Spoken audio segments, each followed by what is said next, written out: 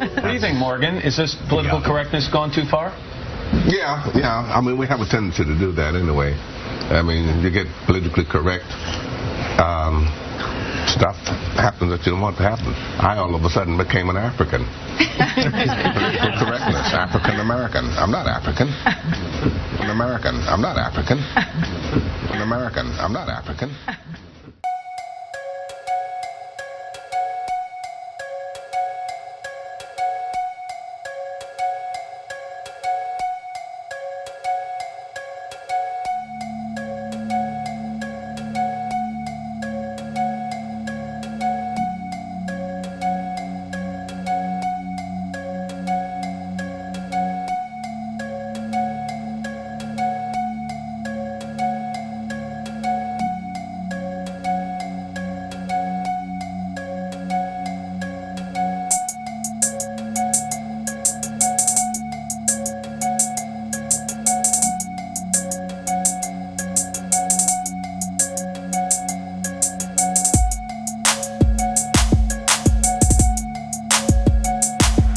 You're gonna learn today.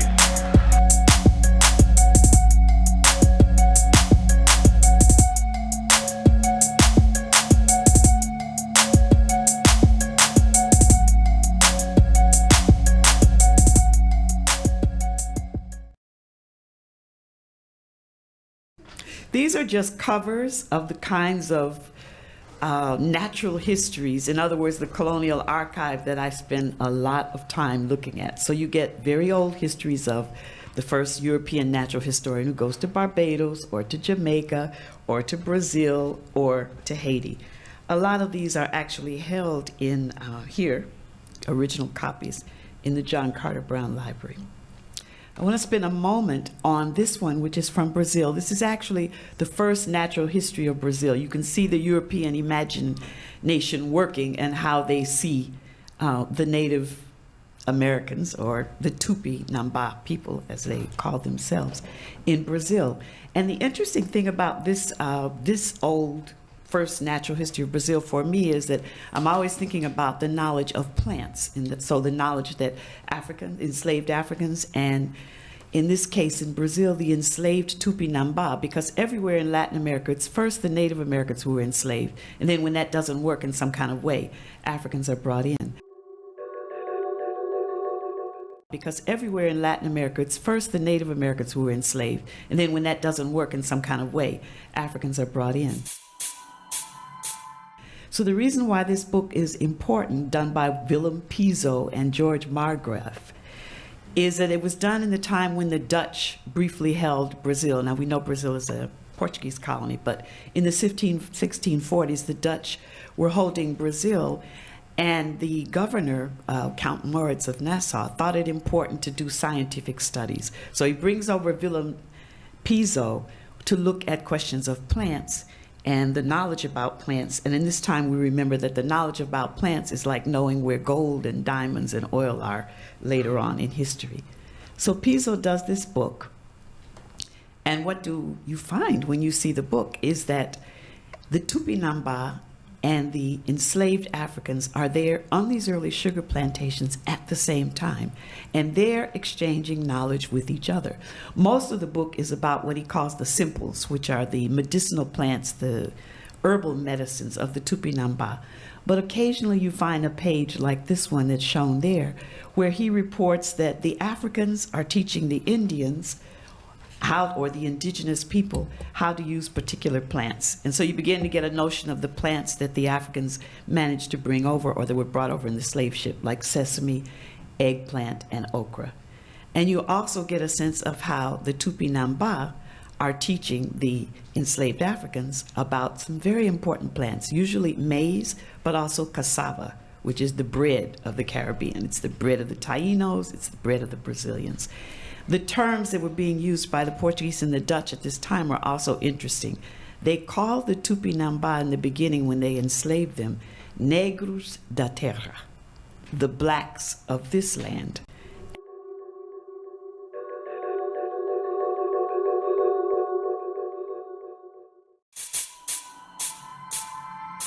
The West India Company was founded in 1621.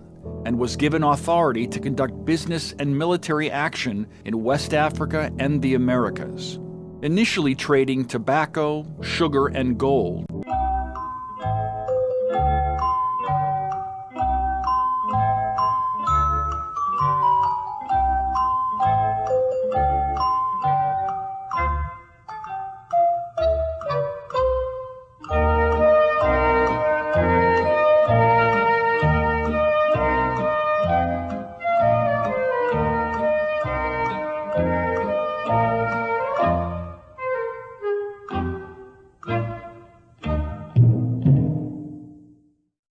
Although the West India Company formally did not engage in slave trading prior to 1630, in 1619, American colonist John Smith recorded, "About the last of August came a Dutchman that sold us 20 neggers." They called the Tupinamba in the beginning when they enslaved them, negros da terra, the blacks of this land. And the ones who were coming in from Guinea and from Angola, and that's the first set, they are negros de Guinea and negros de Angola. It's an interesting use of the notion of color and slavery. And the picture on the lower right, what you see is, it looks like they're trying to depict Africans, but actually this is an early depiction of Tupinamba, who are enslaved and who are put to producing the bread, this bread called cazabe or cassava, depends on which part of the Caribbean or Latin America you're in. And these were first enslaved Tupinamba who have to produce this bread.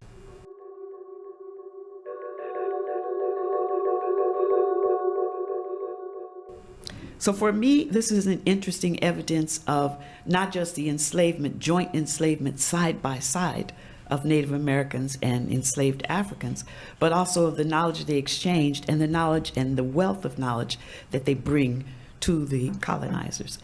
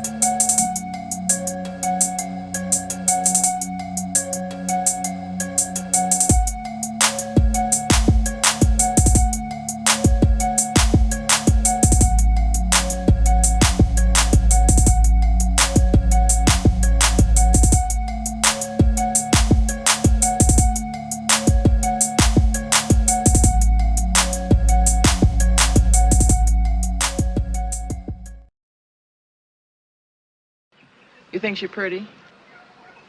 Oh, I expect she's pretty enough, but me, I likes a different kind of face. What kind?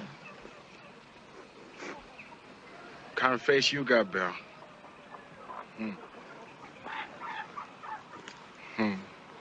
That Mandinka face.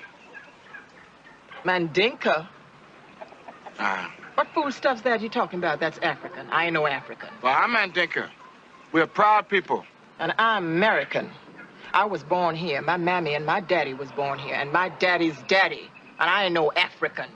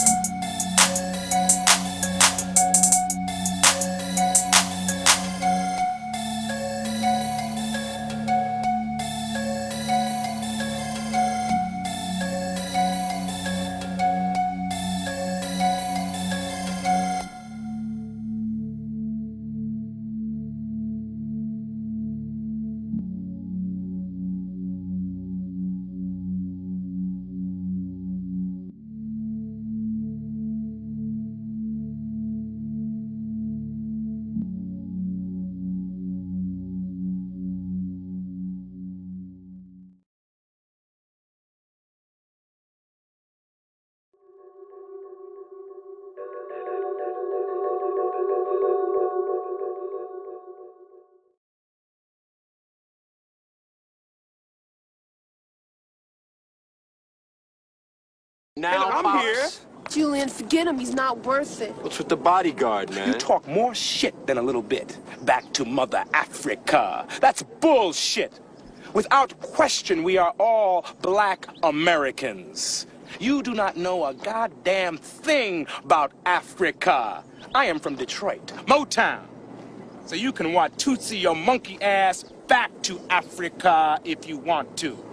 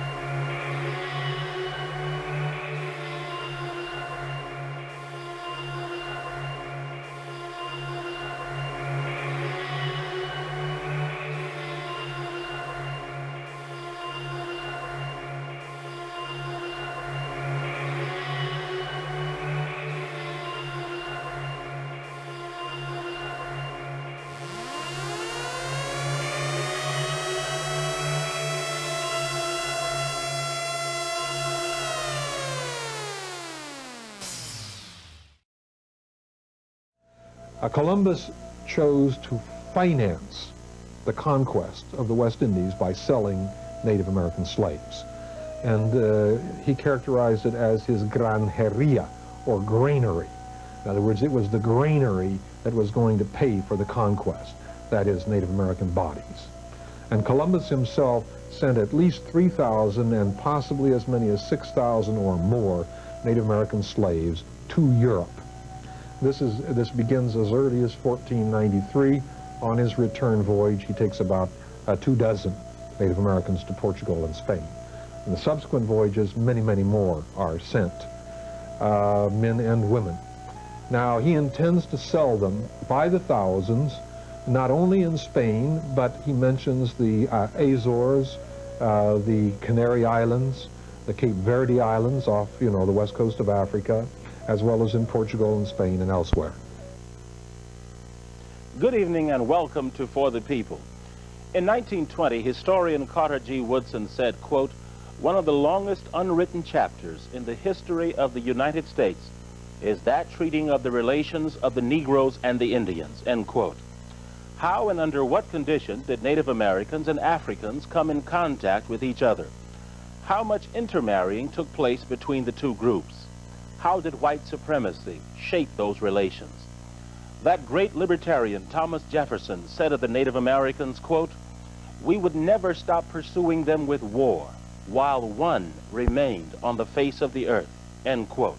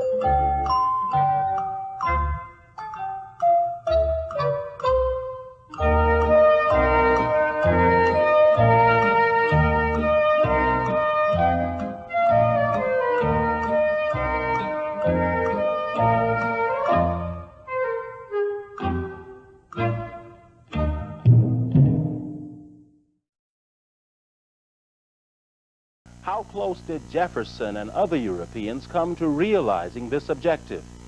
We'll explore these and other questions with Dr. Jack Forbes, author of Black Africans and Native Americans, Color, Race, and Caste in the Evolution of Red-Black Peoples, 1400s to 1865.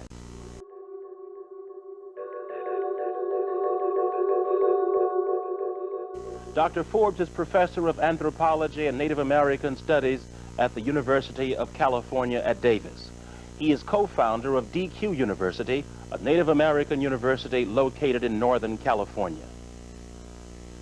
Well, I think the main point is to fill in a gap that has developed because of the suppression of knowledge of the interaction of black people and Native American people. In other words, it's to tell the story to the fullest extent possible of the interrelations between these two ethnic groups with both extremely rich heritages of culture and history. Where were the Native American population during the time that you studied? Well, during that time period, I think virtually all areas of the Americas and all of the islands virtually, including up to Greenland for the most part, were occupied by different native people. So the entire continent and virtually all of the islands were occupied.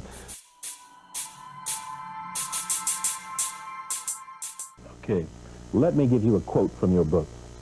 You say, quote, "It will perhaps be surprising to some readers to learn that the greatest degree of intensive contact between Africans and Native Americans did not occur initially in either the Americas or Africa, but rather in Europe." Explain. Well, this arises from the fact, principally from the fact that Christopher Columbus, above all else, was a slaver.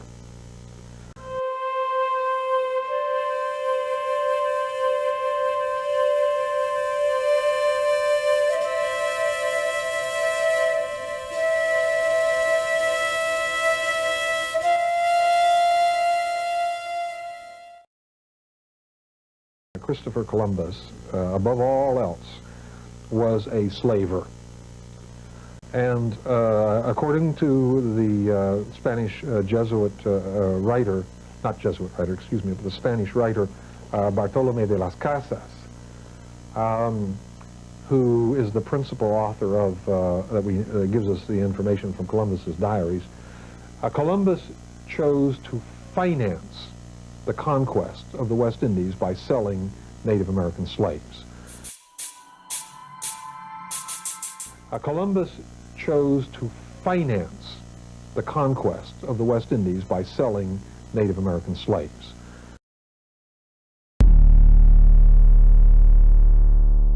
And he characterized it as his granjeria, or granary. In other words, it was the granary that was going to pay for the conquest, that is, Native American bodies. And Columbus himself sent at least 3,000 and possibly as many as 6,000 or more Native American slaves to Europe.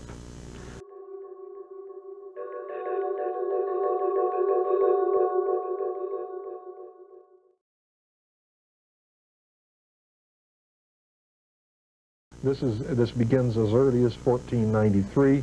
On his return voyage, he takes about 24 Native Americans to Portugal and Spain. In the subsequent voyages, many, many more are sent, men and women. Now, he intends to sell them by the thousands, not only in Spain, but he mentions the Azores, the Canary Islands, the Cape Verde Islands off, the west coast of Africa.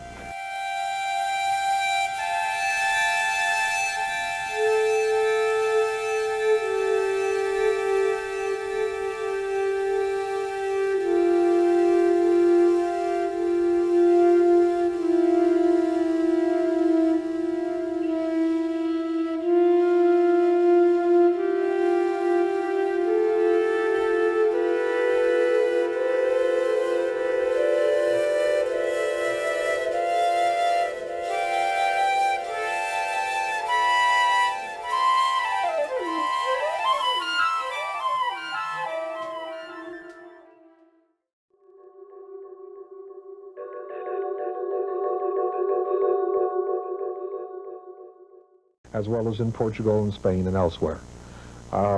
So even before there are any appreciable number of African slaves being sent to the Americas, there are Native American slaves being sent to Europe.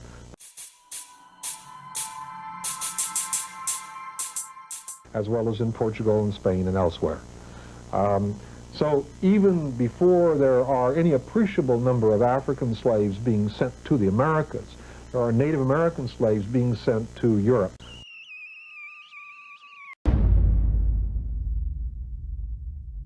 Principally, probably ending up in Lisbon and Seville, or Sevilla in southern Spain, but also being transshipped to Valencia and many other cities. Now, at the same time that that's happening, there are large numbers of African slaves being sent northward to the same cities. And in fact, as far as black Africans are concerned, they've been being sent northward since approximately the 1440s, 1450s to those cities. There are also, I might add, large numbers of white and brown Muslim slaves from North Africa, and white and Asiatic slaves from the Baltic also being shipped in by the Turks and Venetians, principally.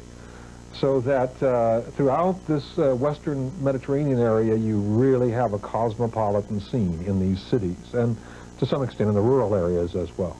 So it's in these cities where large numbers of black Africans and substantial numbers of Native Americans meet, undoubtedly intermingle, and become part, eventually, of the urban populations of these cities and others. Now, they were slaves. What were they doing? What tasks were they performing?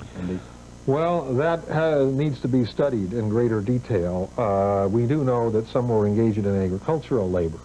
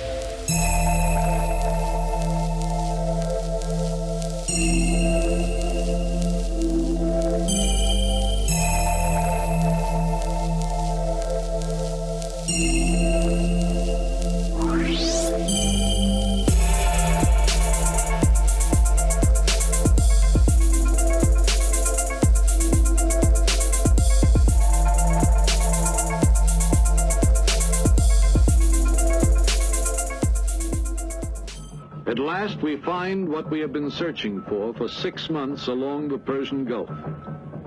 An open market in human beings. This one takes place in the courtyard of an old fort. 3 men and 3 women are on sale, all Africans.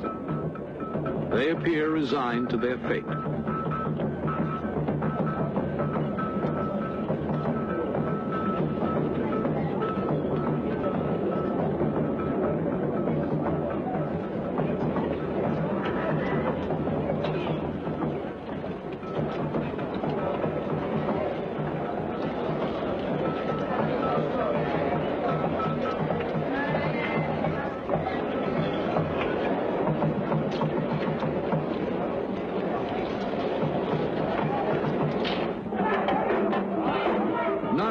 Slaves come from black Africa. They can also be procured on the Arabian Peninsula. Sometimes all you have to do is organize a party, the kind the British have called slaving parties. We hear about such a party in Qatar. There's music, dancing, laughter, the kind of entertainment that doesn't take place every day in the desert.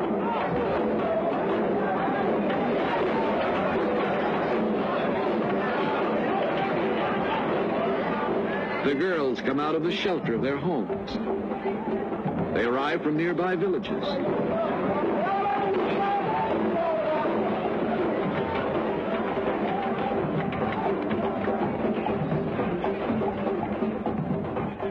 The canny organizers of the party have accomplished their purpose. They can study the girls at their leisure. Decide which ones they will try to buy from their fathers or their husbands. Which ones they will have to kidnap. Slavery, we are told, has been abolished. In point of fact, it still survives. In a small villa on the outskirts of an African city on the Red Sea, he gathers the children of his prostitutes in what is officially called an orphanage. Actually, it is a training school for slaves. For the first few months, the mothers can visit their children.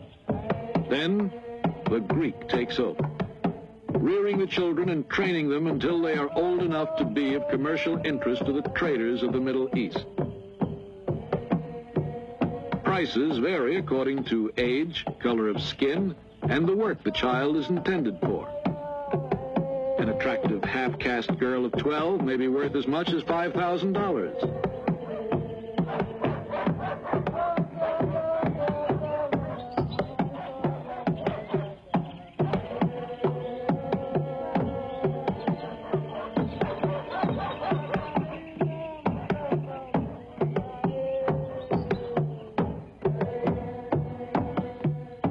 We have been told that a mysterious but important personage is due to visit the Greek today.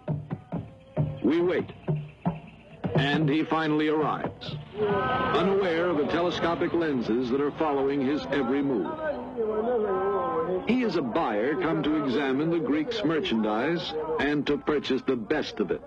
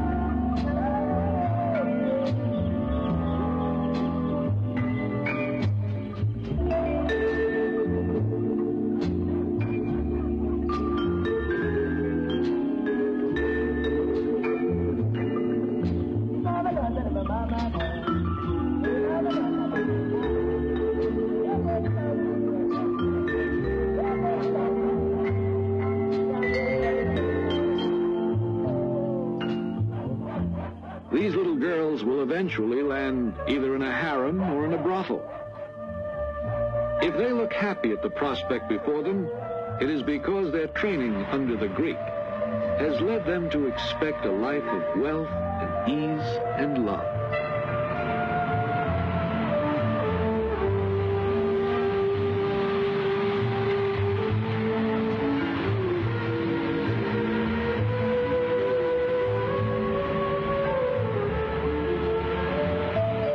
When people think of American slavery, they don't think of the enslavement of Native Americans. Why is this? Well, partly because the enslavement of Native Americans occurred first.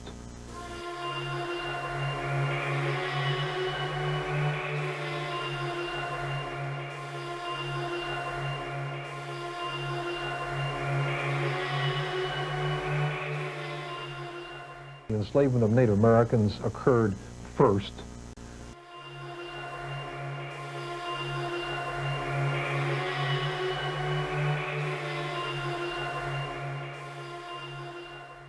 The enslavement of Native Americans occurred first.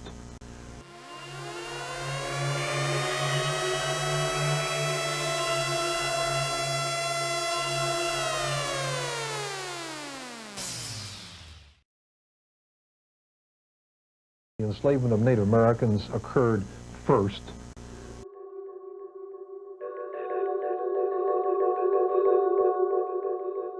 And say that again, please. Say that again. The enslavement of Native Americans really began before the enslavement of Africans.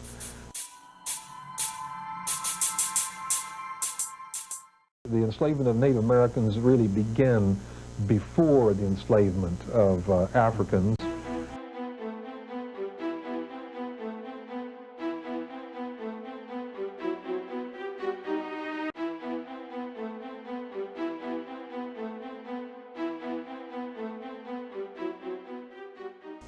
Not only in the Caribbean by the Spanish, where it was extremely extensive. In the Caribbean, I might mention that the numbers were huge that were involved, and they had several kinds of slaves. They had the normal slave, but they also had people who were called, well, they were called Indians from the useless islands. They were from islands where there was no gold. And so they had the right to go and remove people from those islands. The useless islands? Yeah, What well, Jamaica, for example, would be a useless island because it had no gold. Inutiles, not useful. And they needed labor so badly on Haiti, where the gold was found, Haiti, and Cuba, that they were stealing people constantly and removing them by force from other islands, even after it was no longer technically in the best or possible, legally even, to enslave. They still could remove them as forced free labor. We could call it later coolie labor, right? And then they had other categories of unfree Indians as well. But once the population declined on the islands themselves, they began raiding the north coast of Venezuela and Colombia very extensively, also part of Panama. They also came up here and cleaned out the Bahamas completely. All the Lucayo people. What period are we talking about now? Well, we're into the 1440s, 1540s, 1560s. Many people from Florida, South Carolina is raided for slaves, and also the west coast of Mexico in the 1530s. Many Mexican Indians are sold as slaves, and it extends on into a much later period of time. But in short, the tremendous numbers of Native Americans were enslaved, and the Spaniards kept looking farther and farther afield for slaves to replenish the labor supply. And part of that, of course, meant then that they turned to Africa. And particularly, well, in the early 1500s, they started bringing in a few African slaves, but they had some second thoughts because many of the Africans ran away and joined the native people. And there were major rebellions, particularly famous on the island of Haiti, led by an Indian chief named Enriquillo or Enriquez, who had Africans as well as Native Americans in his rebellion.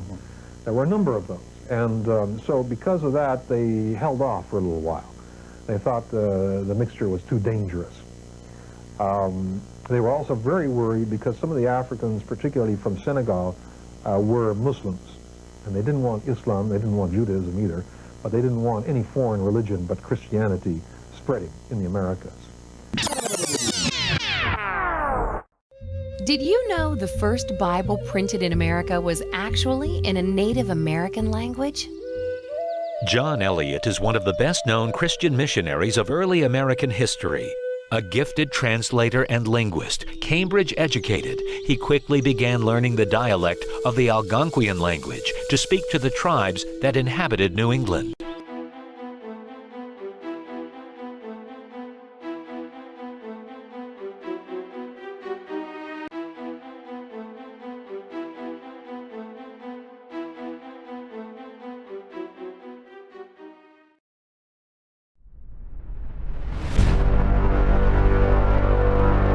He printed his Algonquian translation of the New Testament in 1661, the first Bible printed in America. 2 years later, in 1663, Eliot's complete Bible of the Old and New Testaments in Algonquian were published. English and European language Bibles weren't printed in America until a century later.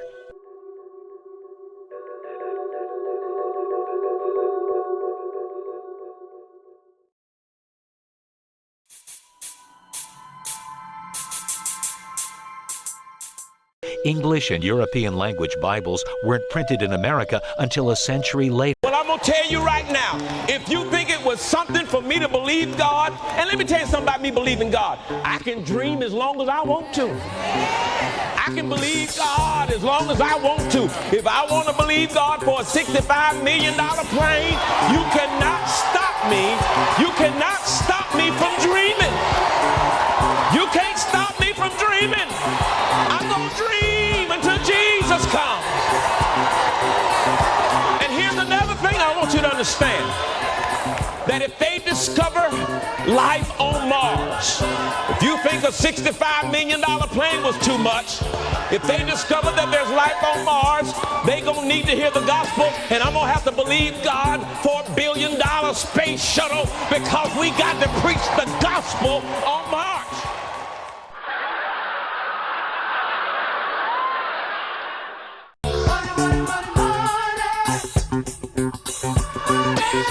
John Eliot's Bible not only brought the New Testament to the Algonquian people, it also documented and created a written language, one which did not exist before the Eliot Indian Bible was published.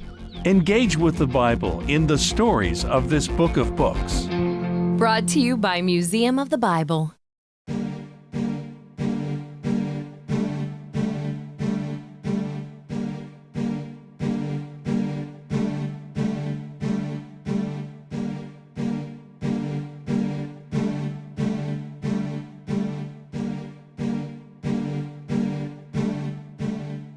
It's very difficult for the white newcomers to North America, particularly, to face up to the fact that this isn't just a little romantic set of interludes between knights that are jousting with each other. This is a materialistic and economic war, not only a war for land, but a war for resources and a war for labor. And in many, many areas, Native Americans were reduced to poverty and forced to become workers and laborers on white people's ranches and so on, in addition to, in the earlier period, being enslaved.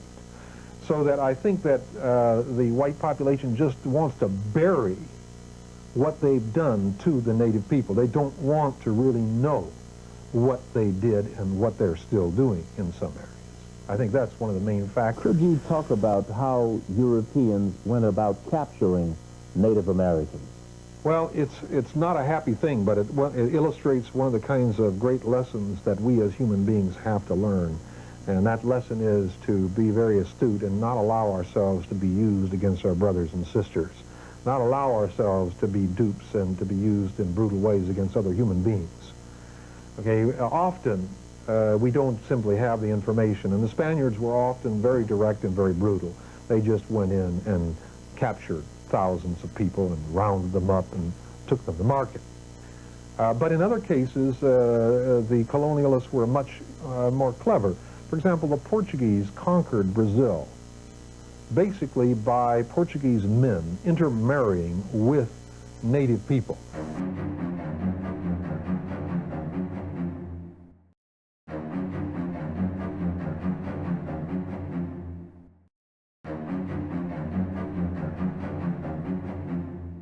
Particularly powerful tribes living along the coast, powerful chieftains. And then, of course, you know, Native Americans value their families very much. Kinship is extremely important. And so, without realizing it, now they've got a new member of the family. He doesn't have the same motives that they have, but there are kinship obligations by means of which this Portuguese guy gradually takes advantage of existing enmities that may exist between Indian groups, maybe some old hostilities, and uses then his relatives against other Indian groups. And pretty soon rewards them with guns and with other weapons and goods for capturing other human beings. And so it starts out small, but as time goes by, it becomes tremendously big operations. In southern Brazil, for example, in the 17th century, there's a period of time in which at least 200,000 or 300,000 Indian people from Spanish Jesuit missions in the Paraguay area are raided and carried off to the coast as slaves, largely by bands of people who are mixed Indian and Portuguese or Indian, but led by mixed blood or Portuguese chieftains who are the founders of of Sao Paulo, or Paulistas, they're called in southern Brazil.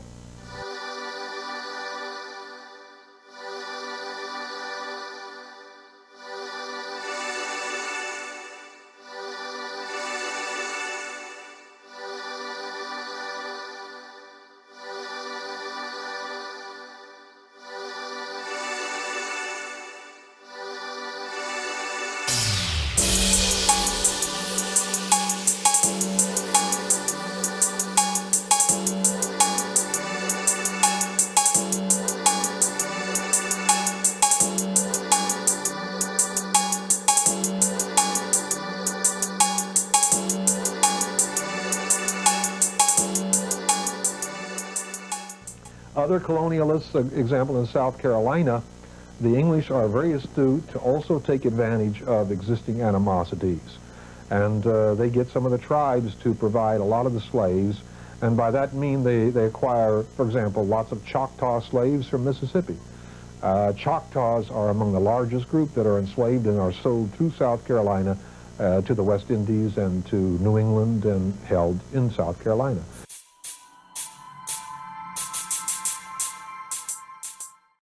There are also tribes even west of the Mississippi that get raided and are brought in as slaves.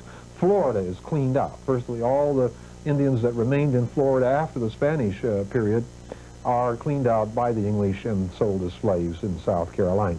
You say cleaned out? Yeah, virtually depopulated. Florida is virtually depopulated of its native population.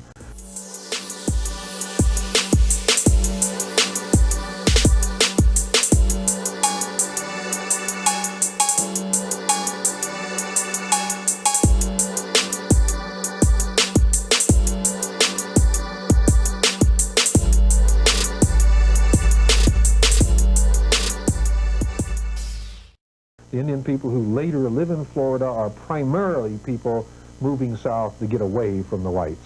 Seminoles, for example. They move south from what is now Alabama and Georgia. But the native inhabitants, by and large, are enslaved. They're Christians, they have Spanish surnames, but they're brought north here to South Carolina and become part of the slave population.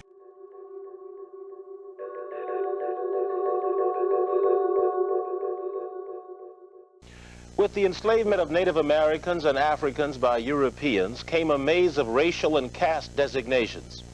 In this segment, we learned that the term Negro didn't apply just to Africans, but to Native Americans as well. Well, the Portuguese particularly begin using the term Negro or black for a wide variety of people, other than people from Africa. They apply the term very commonly to the native people of India and to other areas of Southeast Asia. But when they arrive in Brazil, they also use the term for the native people of Brazil. They call the Indians of Brazil Negros da Terra, which means natives of the land. And then later, when they begin bringing people over from Africa, they call them Negros da Guiné. Black people from Guinea.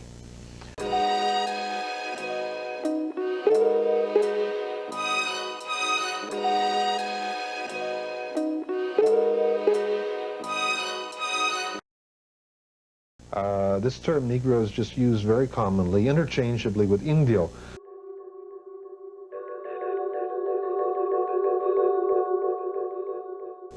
This term Negro is just used very commonly, interchangeably with Indio.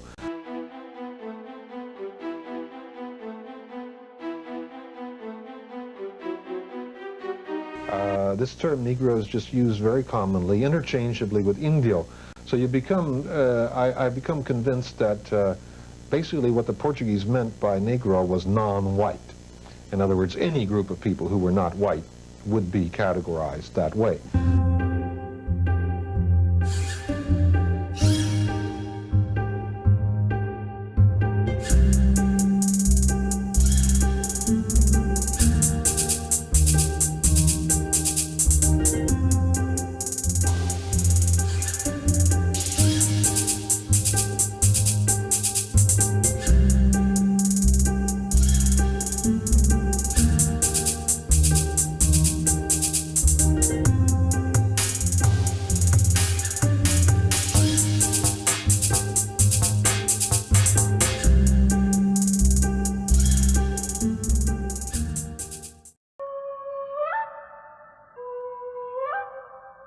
and that Indians, therefore, were just another kind of non-whites or Negroes. The term was also used in a very similar way by English-speaking people.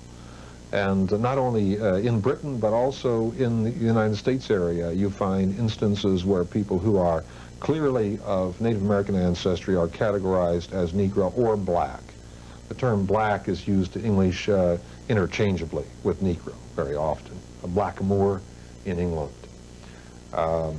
So it's a term that we have to watch out for. In 1719, for instance, the government of South Carolina decreed that all persons who were not full-blood Indians, such as musties and mulattoes, which I'll mention in a moment, would be classified as Negroes.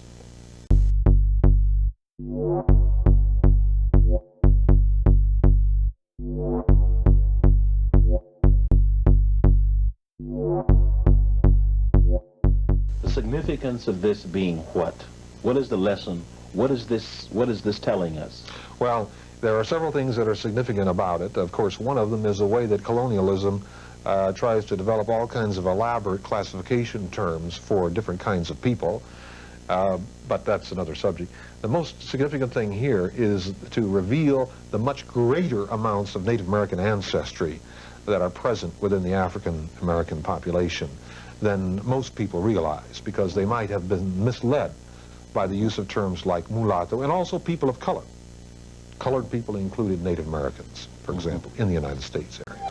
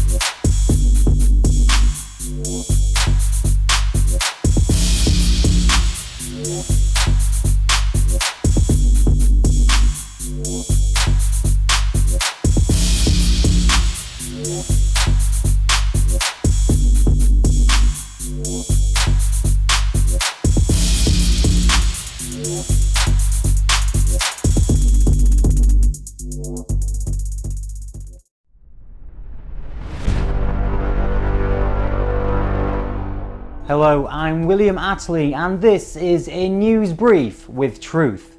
See the men on the screen. They are the ancestors of the African American, but there is a problem: their true identity. Thomas McNeely has the story. Well, William, the African American community is deeply divided due to the tagline, African Americans ain't Africans, which can be found in numerous places on the web. Now, it should be obvious as to why it's causing a commotion, but if it escapes you, let me explain. The current American education states African Americans were brought to America as slaves from Africa, which is simply not true.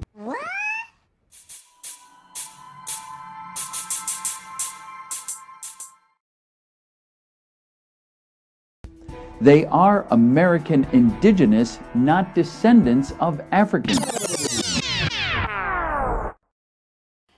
86% European and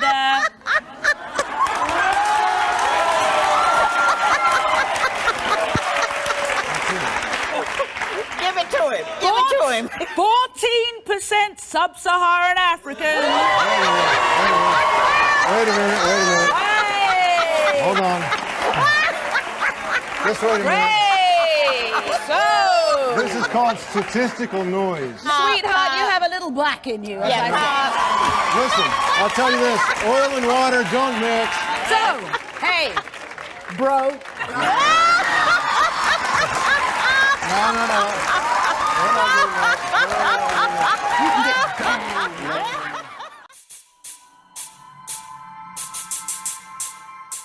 You know, sometimes I feel like I have comedy in my genes, along with brown eyes, soft teeth, and weak joints. I'm Irish. We have no collagen. It's never been easier to find out exactly what's in your genes because consumer genetic tests are now a huge business. The industry was worth $70 million in 2015 and is expected to be worth $340 million in 2022. That's a percentage increase of, I don't have math genes. I don't know how big that is. You've probably seen ads for these tests everywhere. There's Ancestry.com, 23andMe. They've got genetic testing for dogs. There's even a company that analyzes your DNA and matches you with wines selected for your unique palate. Oh, yes, I'm getting notes of almond, blackcurrant, and, yes, total bull. Now...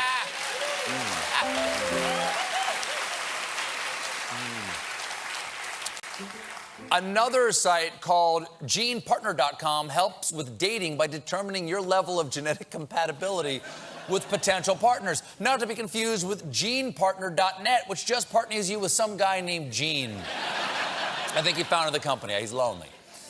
Now, I know what you're thinking. You're thinking, hey, Stephen, these are great, but they don't convey my deep, abiding disappointment in my children. Don't worry. We got you covered. When our children play, we are their biggest fans. When they fail, we are the first to be there for them. Order your DNA test on soccergenomics.com. And with a saliva sample, a genetic analysis will be performed to generate a personalized report that will help improve player development. Discover your genetic blueprint. Let Soccer Genomics guide you. Dad, Billy, why don't you sit down? I got your test back. And, Billy, I'm sorry, but you're not Brazilian. Nothing to be done. Dad, you want to start drinking your wine now? But here's the thing. Apparently, turning your entire genetic code over to faceless corporations might have a downside. There are all sorts of privacy concerns. For example, 23andMe has sold access to its database to at least 13 outside pharmaceutical firms, and the GOP has proposed legislation aimed at making it easier for companies to gather genetic data from workers.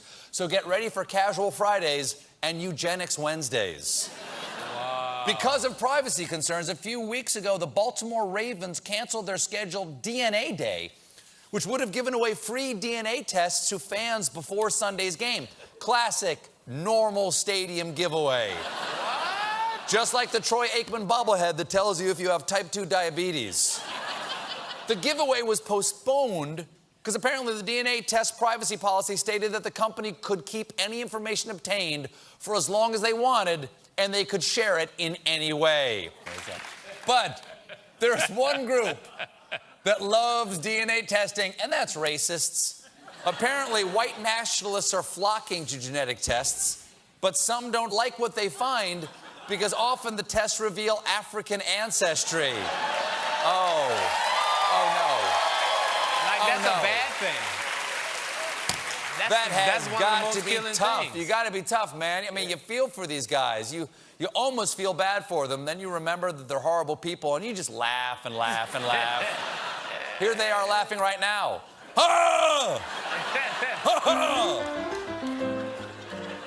But I get it. I get it, guys. You pay all this money for a genetic test, and then it upends your whole worldview. But that's not what you wanted at all. Luckily, there's a new company that can help. How many times has this happened to you? You know you're genetically superior, but one of those genetic testing services tells you you've got traces of non-white ancestry. That's why there's Supreme Genetics, the only DNA testing service that tells white supremacists exactly what they want to hear. Want us to say you're a pure-blooded descendant of Thomas Jefferson, or Napoleon, or Wario the Evil Mario? Sure, fine, whatever you want. I want to know I'm descended exclusively from white men, no women. Then Supreme Genetics is the DNA testing service for you. Just swab your cheek with a Q-tip, put it in an envelope, then throw it away. We certainly don't need it. 6 weeks later, we'll send you a report that says you're Robert E. Lee's cousin or something. My report is just one straight line back to white Jesus. Supreme Genetics told me I'm 100% Norwegian. I keep my report in the glove box in case I get pulled over. Supreme Genetics, because it's like, what are genes anyway, you know?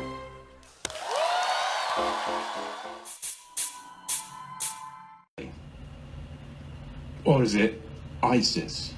Or is it ISIL? Or is it IS? I mean, right? Let's just change the name as much as possible to throw you all off so you really don't know what's going on. Let's keep switching the identity to hide the people. Why don't we just keep renaming you? Are you Negro? Oh, no, you're not Negro. No, you're colored. No, you're not colored. You're African American. And this is what they name you. The slavers name you this. Because I know a white guy who grew up in South Africa. And he now lives in America.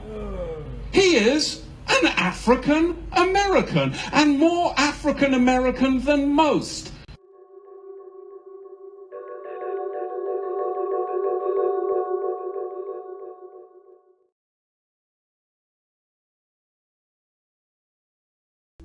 They are American indigenous, not descendants of Africans. As they say, the truth is stranger than fiction. Although this fact isn't spoken of openly, it's not a secret. However, with programming such as Roots, 12 Years a Slave, The African American Story, and The Book of Negroes, is it any wonder why so many African Americans are confused? We won't address all the misleading DNA tests being provided to connect African Americans to Africa.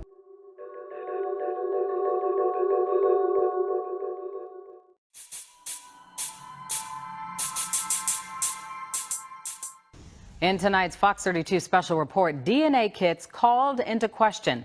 They are the kind advertised on TV claiming to trace your ancestry. A woman says she used 2 different popular services to trace her family history and got wildly different results. Fox 32's Tia Ewing reports. This is my mother, my father. Jennifer Smith says flipping through family albums helps her reconnect with the past. And I just want to learn as much as I can about my history. She recently took that learning one step further and decided to try a DNA testing kit. Ancestry.com, very popular. You know, they're in all of the commercials. Everybody talks about them. Smith received the kit, followed the directions, and mailed it back. And just like the lady on TV says, you have to spit in the tube. It's not ladylike, but that's what you do. Then she waited the 4 to 6 weeks. And I was shocked. Smith's breakdown from Ancestry showed 97% European and 2% Asian. I'm a black girl. I am not a Jewish white lady. I'm black. My parents were black. She contacted Ancestry with questions, but says a rep told her the results are accurate. She told me there was no way they could have made an error. Smith decided to try again, but this time she submitted a DNA to 23andMe. And the results were very different, but they were not a surprise to me. The 23andMe findings showed 70% African for Smith, after Ancestry's findings showed none. Both kits can't be right. One of them has to be wrong. These DNA tests for ethnicity are entertainment value only. William Gilliland is a biology professor at DePaul. He says DNA kits can be great for connecting family members and finding relatives, but the science for ethnicity testing isn't as concrete. There's nothing that confident for ethnicity. There's no diagnostic nucleotide. You can say this person is from Europe, this person's from Africa. So, and by the way, you know, the Zulu thing, when Oprah was finally in the first series, and we gave her a DNA test, basically the next day she went to South Africa to announce that she was opening what became the Oprah Winfrey Leadership Academy. She was in an auditorium like 75,000 people or something, and she announced that she just had the test and that she was Zulu. So it broke on CNN. I was sitting in my living room minding my own business and said, Oprah Winfrey's a Zulu. So I called Rick Kittles. And I said, Rick, did you tell Oprah she was a Zulu? He goes, no, man, she made that up herself.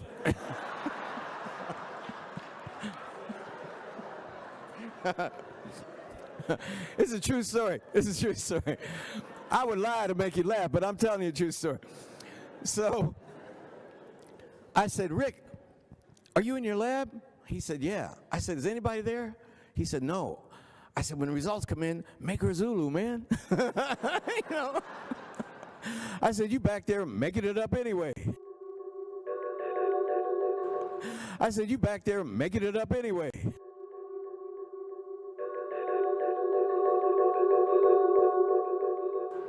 I said, you back there making it up anyway. These DNA tests for ethnicity are entertainment value only. Anybody believe you could take some spit and figure out a tribe? Anybody believe you could take some spit and figure out a tribe? Anybody believe you could take some spit and figure out a tribe? What, are you crazy?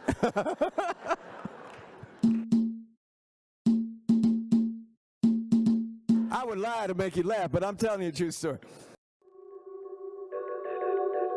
So, what happened in Smith's case?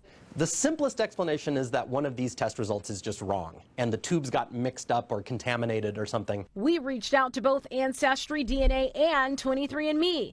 Ancestry tells us it's incredibly unusual to find variations of this magnitude. The company says it's best guess that the tubes were mixed up before they were sent to their labs. 23andMe says because companies use different algorithms to make ancestry assignments, you can find differences when comparing tests from different companies. It's exciting to make discoveries like this, but if they're not true, it's heartbreaking. Tia Ewing, Fox 32 News. Hold up, wait a minute.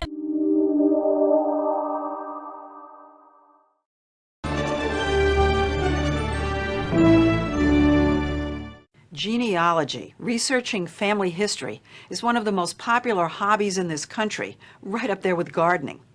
A nation of immigrants, we almost all come from somewhere else we wish we knew more about. So searching for our roots holds tremendous appeal. And today there's an exciting new addition to the genealogist's toolkit, genetic genealogy. It turns out that inside each one of us, within every cell of our bodies, is information about who our ancestors were, where they lived, and who we're related to today. Our DNA contains hidden stories about our past, and scientists, together with businessmen, are now offering ways to help us read them. Who am I? Why do I look the way I do? It's like discovering American history through yourself. The American history Vi discovered is a common one, it turns out. Geneticist Rick Kittles runs a company called African Ancestry that specializes in DNA testing for Black Americans. He says a full 1/3 of the men he tests find out they have a white male relative somewhere back in time. How do people who find this out react? Some black men get upset and say, look, I'm black, look at me, I'm black. And and I say, yeah, you are, but this small segment of your DNA doesn't go back to Africa, but to Europe.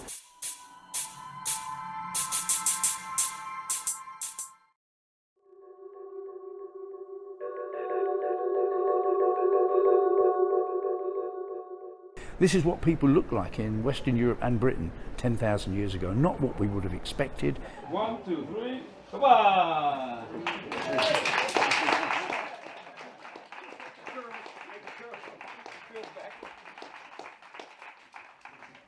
In museums, reconstructions, they look a bit like this guy has a spark to him as well. I'm Chris Stringer, and I'm a research leader in human origins at the Natural History Museum in London. And I'm holding here this wonderful reconstructed head of Cheddar Man. And I've been studying the skeleton of Cheddar Man for some 40 years or so. And now with DNA technology, we've got the whole genome of Cheddar Man. And here we've got a scientific reconstruction of what he looked like. We've got his hair form, his skin, his blue eyes, and that dark skin colour, that combination really striking. And getting out of here information about his biology, the fact that, for example, he couldn't digest milk because that came in with the advent of farming after the time of Cheddar Man. So we're getting his whole biology, how he relates to people in Europe at the time, and how he relates to people in Britain now.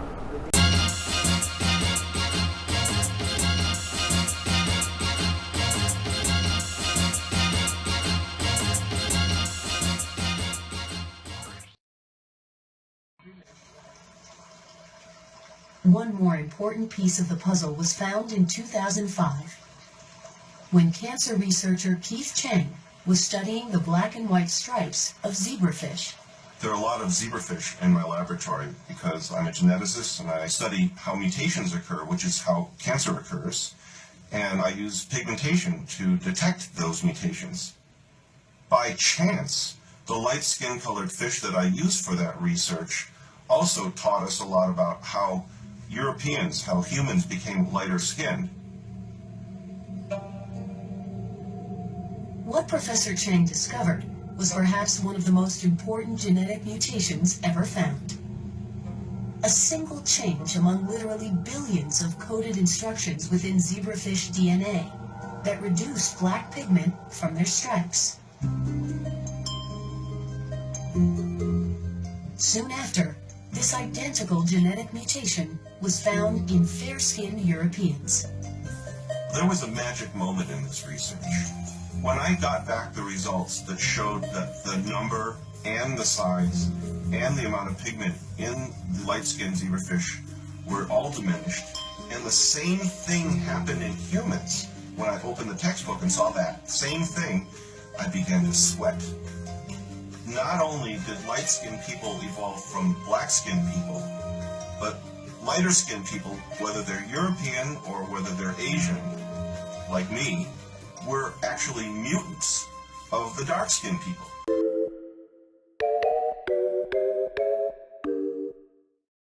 Were actually mutants of the dark-skinned people.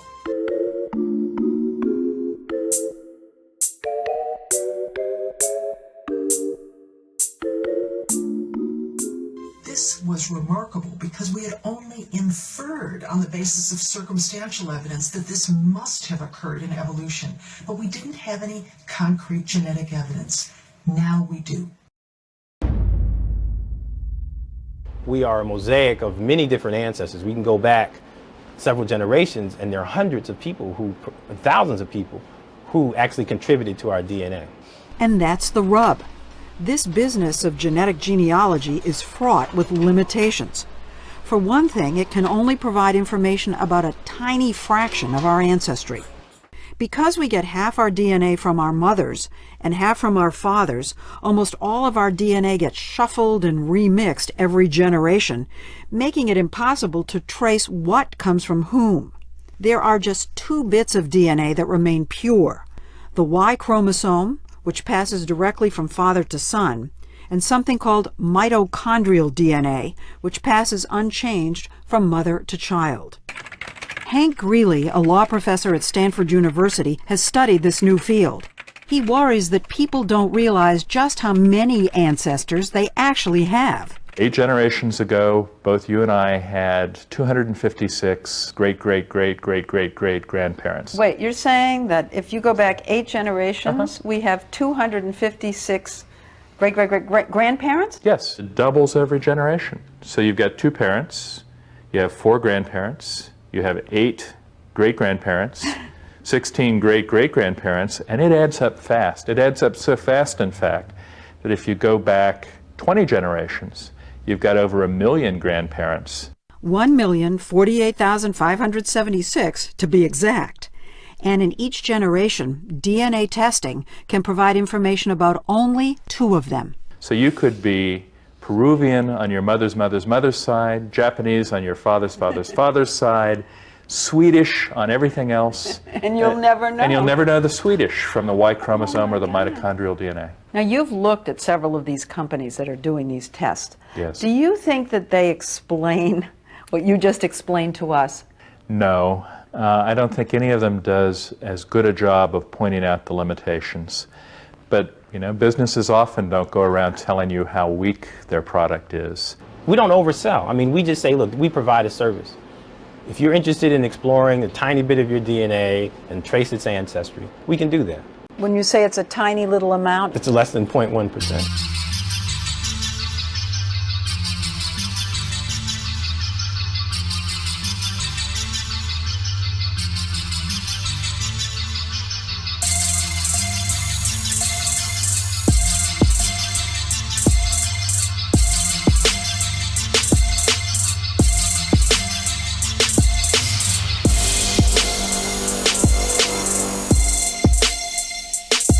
When you say it's a tiny little amount, It's less than 0.1%. It's less than 0.1%. It's less than 0.1%.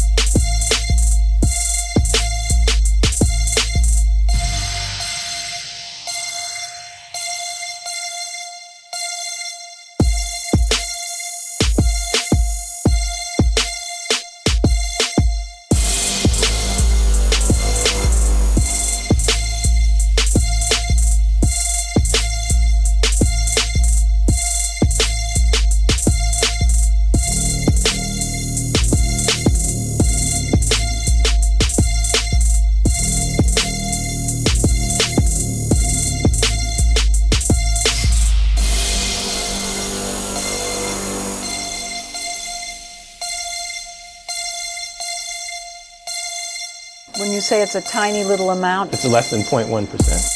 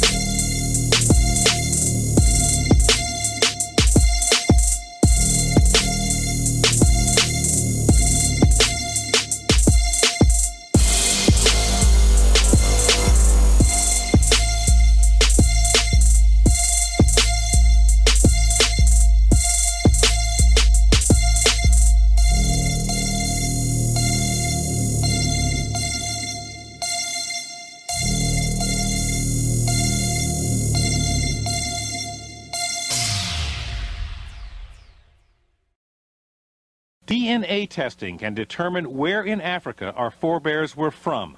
Among those using the test to trace their family's past, Spike Lee, Oprah Winfrey, and actor Isaiah Washington, one of the stars of Grey's Anatomy.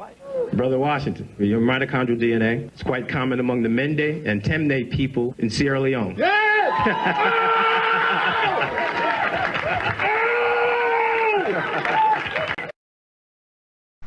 trace their ancestry back to Africa, a history totally lost to them.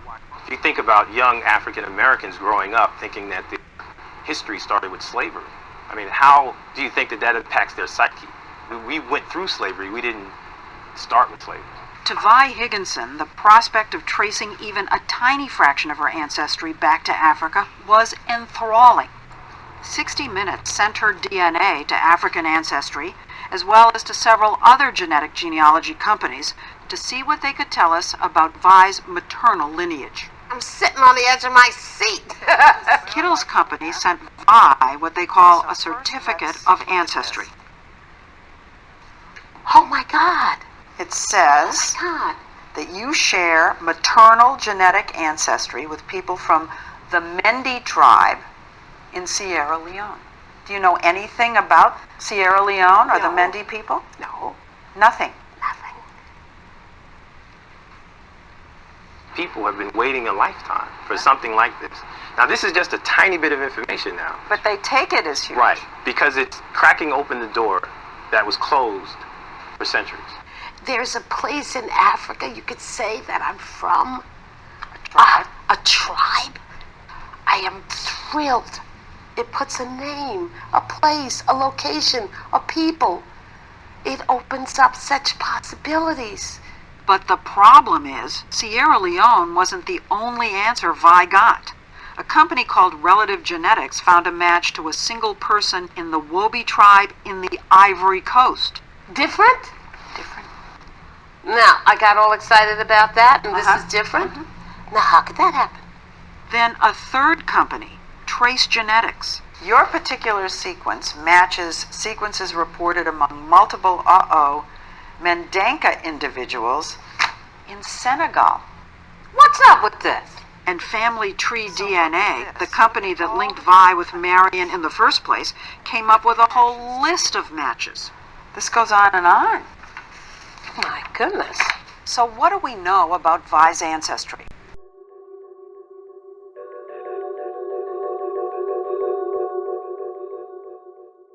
Your particular sequence matches sequences reported among multiple Mendenka individuals in Senegal.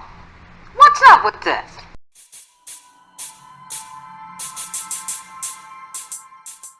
And Family Tree DNA, the company that linked Vi with Marion in the first place, came up with a whole list of matches.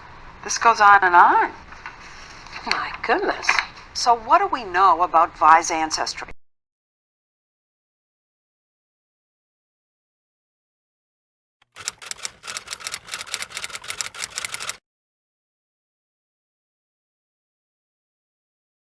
DNA does indicate that she has distant relatives in the Mende tribe, but she also has relatives in all those other tribes. So no one can say for sure where Vi's maternal ancestor actually came from. When I handed Vi the certificate, she got extremely emotional about it. She wept, and it meant so very much. People want to believe. They want to believe they've gotten an answer. And it's not fair of us to let them believe that we're giving them certain answers, because scientifically, we just can't. Hank Greeley is concerned that the science isn't really there yet for you to be giving them the name of a tribe. I think for most companies, I would be concerned too. But what about your own company? We have He the didn't largest... exclude you. He included you. But we have the largest set of sequences from Africa. And so with that, we're able to provide some level of probability in terms of frequency. But he would say that even though you have the largest database, it's still small on the scope of things. As I said, I share those concerns. About yourself. Oh, the deception! The betrayal! Negro, please!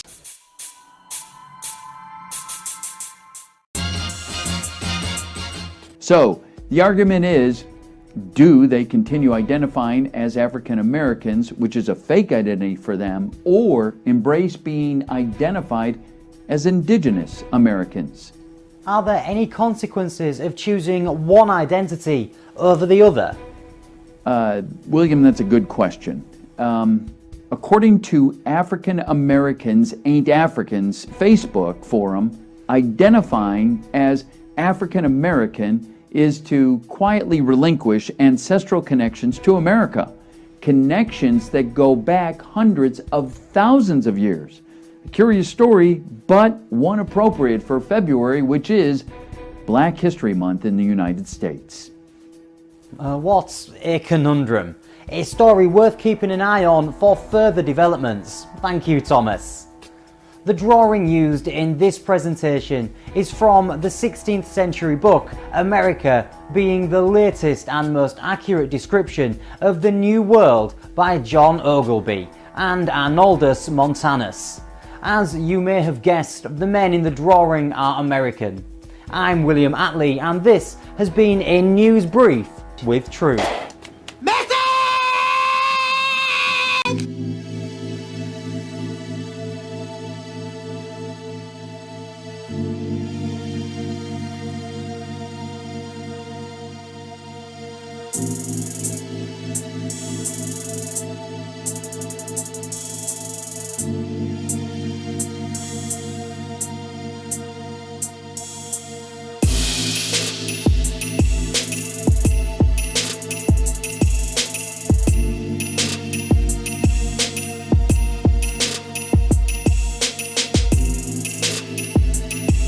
Without question, we are all black Americans. You do not know a goddamn thing about Africa.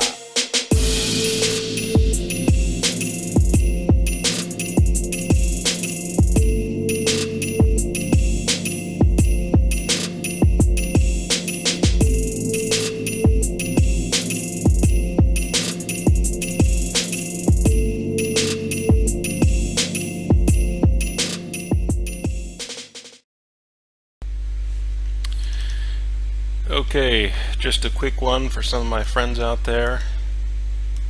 If you haven't noticed, well, I'm looking at a map here from Fra Omar Carte, 457 through 459 AD.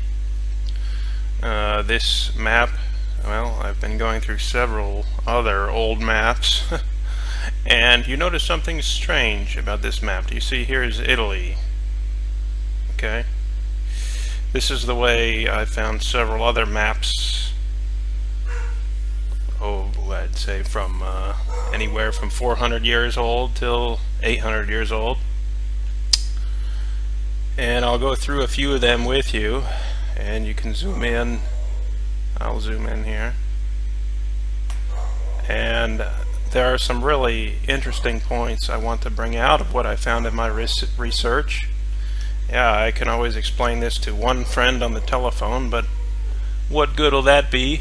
And I want to share a little bit of the insight I have on this subject that I already received from a friend in South Africa. Okay, as you can see, this is Africa. Okay. We know that it was very much more a white continent, and I will show you why. But all of this up here, you have all these kingdoms and so forth. Seems a bit odd. Some people looking at these castles and fortresses and things in Africa. What is this doing 500 years ago? More than 500 years ago, almost 600 years ago, we're seeing all these castles throughout Africa. Okay? All throughout Africa. Many old castles. I mean, this just blew my mind. Alright, this is Africa, and this is the map right side up. Now let's go through a few more. Alright, and this is a map from Angelina Dulcert. This is from the 1300s. Are you already noticing that a lot of the words are upside down? Now, I can flip it over for you so you can kind of get a better idea. And let me go out. You can see here's Italy. You see? There's Spain. There's Africa. Alright? There's Africa down here. I'll show you some interesting things again about Africa. It goes all the way over here. Alright? Well, up here, you see here's, of course, this is where the Netherlands, and this is England, this is Ireland. Here you have the Rhine River, you have the Swiss Alps, the Danube, okay, Denmark. They have all the normal features here. Poland is a little bit more predominant. Poland is actually, you seems kind of far away, but it's right here. You see how even Poland, the word is upside down? You see Germania, okay? Alemania.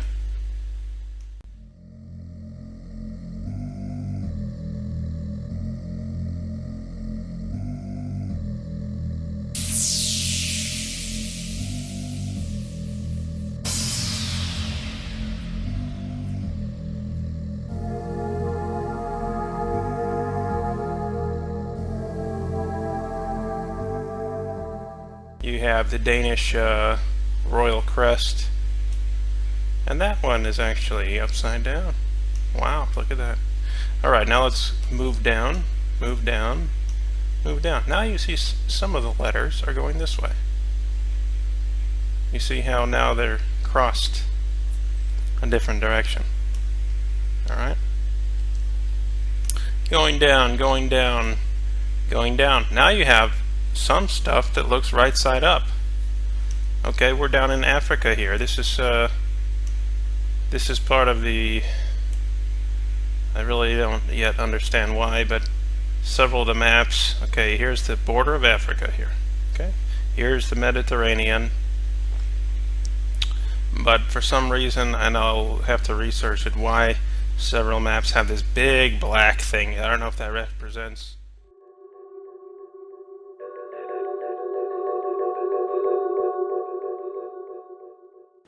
2000. This striking image is captured from space over North Africa. It shows a massive circular structure in the desert. At its widest point, it's 25 miles across. Geologists struggle to explain what they're looking at, but they give it a name: the Eye of the Sahara. Across the Eye of the Sahara, you probably see various ridge lines come up and down, but you wouldn't see anything like what we see from space. When you see something as concentrically perfect, it's reasonable to ask, can this happen naturally? Or is this man-made? It's too perfect in shape, and it's too huge in structure to be an act of nature. What is there that we're missing here? What could possibly cause such perfectly concentric rings like this? They never listen. This eye in the desert, captured by our eyes in the sky, remains a mystery. If nature did this, we don't know how. And if humans did this, we don't know who. Yes, we do. Atlantis. All right, you just saw Science Channel, their analysis of the Eye of the Sahara. Now, it's absolutely incredible because all you have to look, Atlantis is right here. Atlantis is right here. This is Herodotus' map from 450 BC. They knew where it was. It was right here. And this was where the Mediterranean Ocean was, and when it collapsed, everything drained right out, and I will show you that right now. Anybody that can't see what happened here, draining out of here, is blind. That was Atlantis. Plato wrote exactly what happened here, and he got the information from Solon and all of the priests in Egypt. They knew all this, and this was Atlantis. It said they mined everything that was from underneath of it, and it finally collapsed. When it collapsed, there was a straits right here that they used to come in and out from the ocean here into the ocean here, and they owned this whole, they owned all the oceans, the Atlanteans, but this was their in and out, and the straits were here. Now, when that collapsed, you could see it. I mean, you'd have to be blind to miss this. Now, what did it do? It created the Cape Verde Islands. You see over here, Cape Verde Islands? I think there's a volcano here, but it splashed around it, and it pushed just like that. There's no person on earth could miss that if they're willing to take the reality of what it sits here. Plus, Plato says this happened 11,600 years ago. Well, he said it from his time frame. Back it was 9,400, something like that. Anyway, and when you go down in here, you can see they talked about metals. They actually plated the walls with metals. That's what it says. And I can tell you right now, that is what metals do. They transition into these different colors. That is the nature of transition metals, and that is exactly what you see. Now, I dug around in here, and I have a video up there that shows there's stadia in here, there's building sites, there's foundations, there's bridges, there's slips for boats, there's in and out of here, there's all kinds of things that prove what it is. And then there's more of these around here. You see that here? There's these things here out in the ocean, too. They're all over the place. This area was populated by them. If you look, I mean, I'm not going to go through a number. Anyway, this was so wide. They say this is 25 miles wide here, yes. But the whole width here is like 35, 40 miles, something like that. Now, you come, and it's miles deep. This is not, and Plato said, when this happened, they will never speak of the running of mud again. Now, listen to this, my friends, because this is just where it starts. There's Atlantis. This is a fish. That is a gigantic Leviathan fish. And look it through, there's all the scales of the fish. Here's his tail that comes back out around here. There's his upper fin, and the eye is here. The front is obscured by all this push-off stuff. Now, and this ran over it as the Sahara Ocean drained. It drained around that fish, but slightly over him. So that fish was here, laying here, as this event occurred. He was trying to get back over into this ocean, I think, and I don't know what to say, but anyway, he's dead. And now, what happened to him? He got bit also by a dragon, and this is the dragon up here. And this is recorded in some ancient Hebrew text. There's the dragon's head, there's his eye, there's all the stuff he spit at him, this is his throat, and there's all the fluty stuff that comes down with the dragons. We'll go through him a little bit. But where he spit all this nasty, nasty stuff out and hit that the fish's fin, you see it? It says he attacked the fish's fin with power. And whatever he spit at him is the nastiest stuff. Nobody in the world has ever seen this stuff that I know of. You ever see that? You ever see that laying around on the ground in your house? And no. Somebody should look at this. There's something here of absolutely, I don't know what it is, but it's nasty, I can tell you that. And when it hit the fin, it exploded into some kind of chemical explosion. All of this stuff is lit up here when it hit. It's like it executed them. And it did. See it spit down right down here, and then it actually decayed his skin and his tissues. Comes right down here. That is rotting fish flesh. You see that? I know what flesh looks like, and I know what happens when it deteriorates and rots, and that is exactly what's happening to this thing. From that spitting down here. The rest is not deteriorated much. So we know that stuff had an impact on it. Now, the dragon is right here. There's a dragon's head. You get that little funny nose and his eye, and it comes down, that fluty stuff. This is his dragon neck. All right, now let's look at this carefully and think about this a little bit. You see this? This is a gigantic dragon. This is no little puppy dragon. This is his head. It comes all the way down here. His body is all the way down here. Watch. These are his legs. This keeps going and going and going and going and going and going. His tail's way out here. All right, let's look at his tail. We're way down the end of his body, way, way, way, way, way out here. That's still his tail. You see that? That's not just some silly thing that's in the desert. Hell no. That's this guy's tail.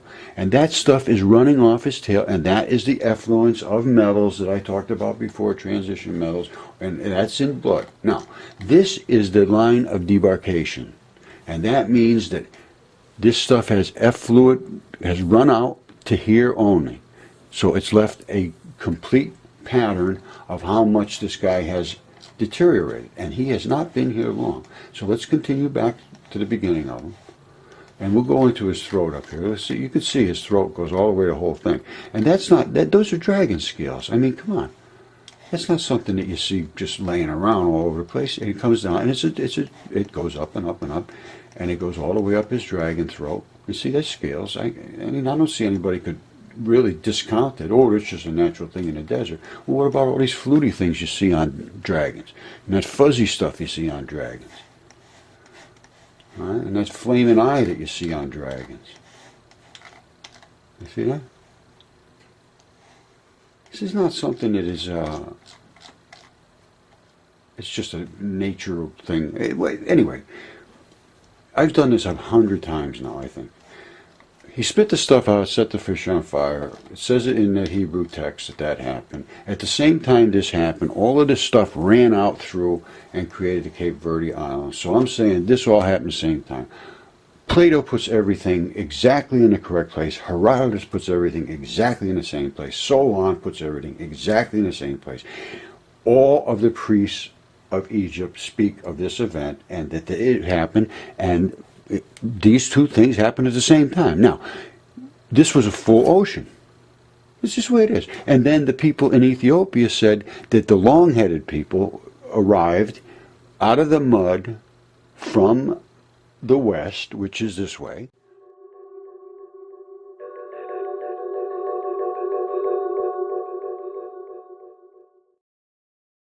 Into the highlands of Ethiopia, which is higher, which was saved from this catastrophe, and they arrived out of the mud, sophisticated in every way. They not only went from here, they went up to Scotland, they went to Ireland, they went to South America, they colonized the world because their home base was now no longer available. That is what happened.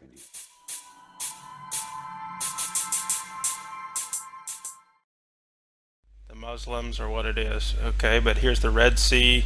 Here's Saudi Arabia. Okay, let's go in there. That looks like a queen in Saudi Arabia. A white queen. Alright, you have Palestine. Okay. Going back down. Now, important things here. Way down here in the south of Africa, you have this guy. Alright? Does he look like a African? And you have all these castles.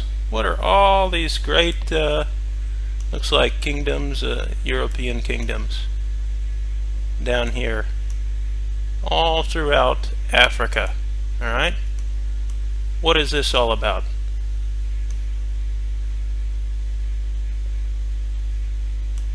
What's going on? Anyway, this is the only thing that's right side up. Then when you look at the rest, it's all upside down. Okay? But you can see that's again pretty good map. Again, this is from Angelino Dulcert from I think it's around 1330 on this one. Okay, I'm just going to flip to the next one. Well, I couldn't leave out this one. We have a pretty nice map here. Let me see if I can get it so everyone can see. I'm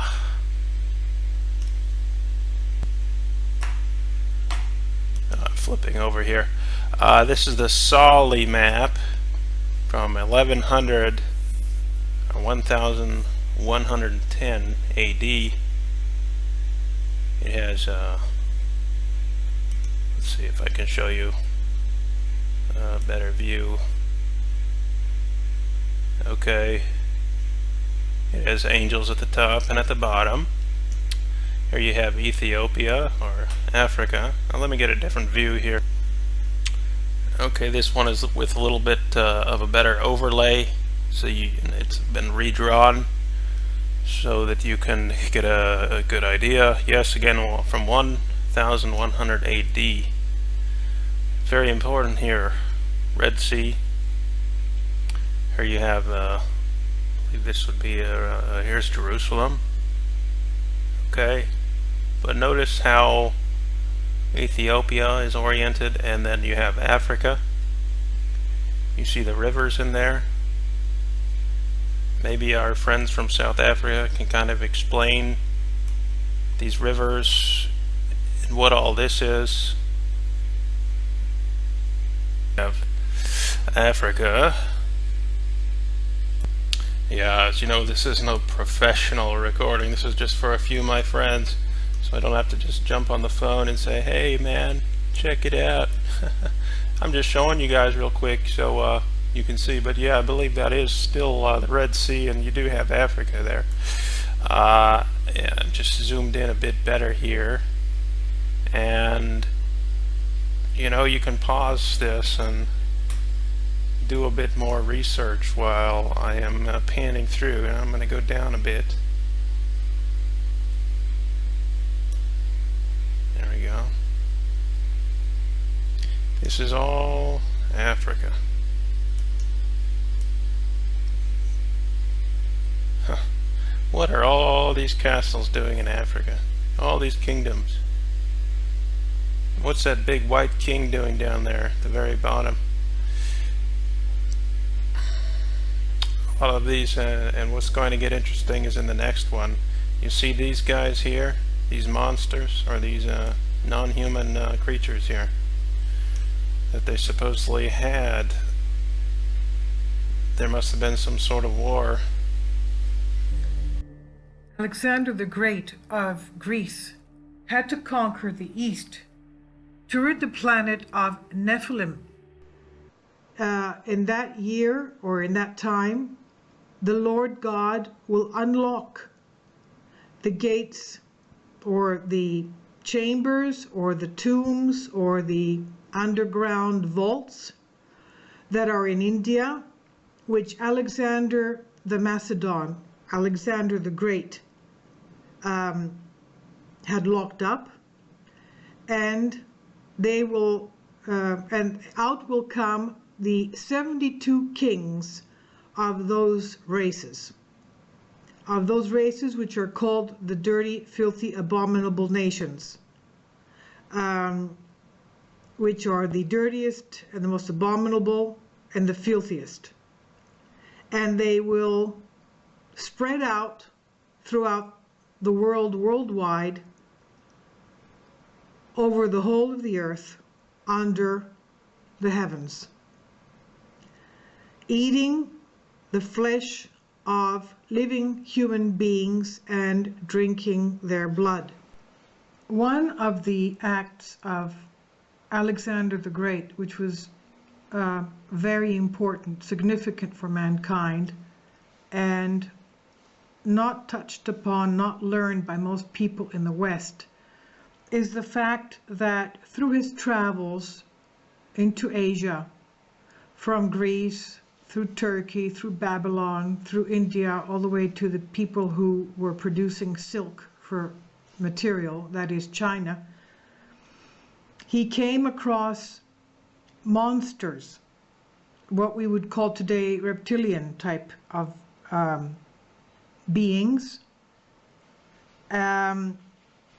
of various kinds, everything from mermaids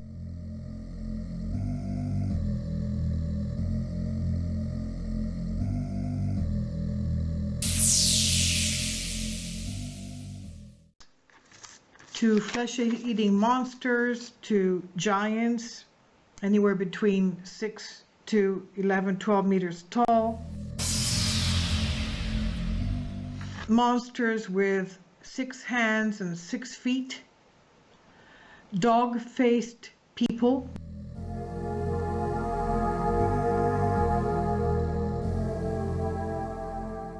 Dog-headed people. The invisible demons of the forest, which would come out and scream and speak at night. Hairy men, a type of human beings that had hair all over their bodies.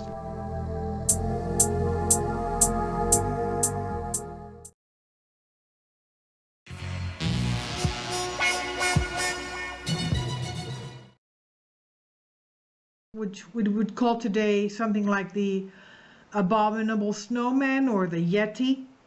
He came across them very often. The men who had the appearance of women, that is, men without facial hair, which are, of course, the American Indians.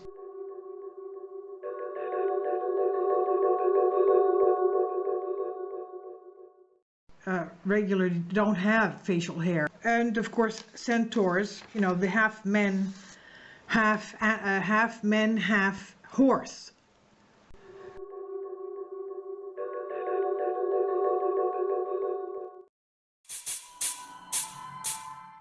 But this is all definitely Africa. You have all these African animals, but then you have these guys. What's this guy? See his face and part of his body here? Alright. Quite interesting, huh? Now I'm going to get into the next slide that I think is really the most interesting one. This is the largest medieval map in the world, and it has some very important things to show you, okay? It's called the Psalter Map.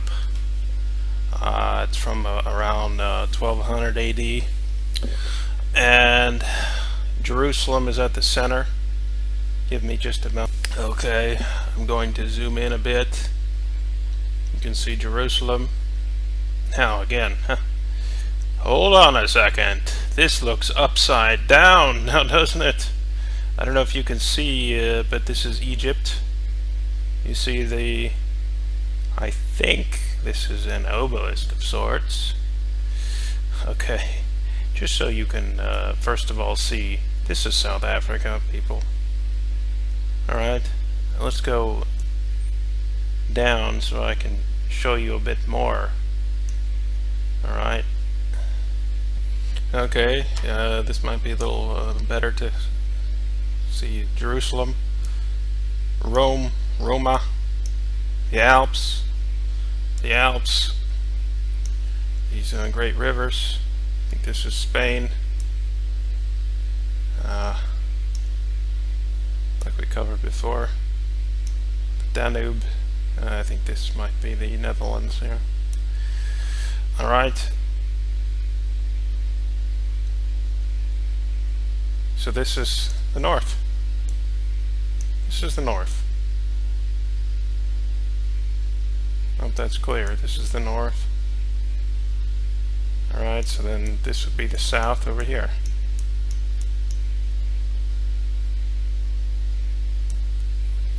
Anyway, some interesting points on this map. Look at these alien races here, all living under the ground.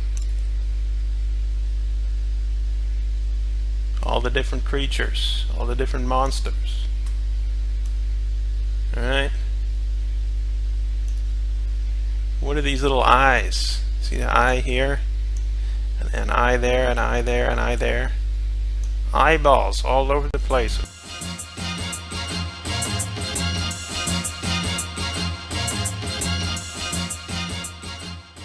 Rivers that come out from them. Here. There were some very important things. See these dragons? These were important to put in maps before. And they should probably still be in the maps today. What they call legends in some of the maps, of course. But here you have, what are all these really, looks like, I don't know, cities and things, all down in Africa.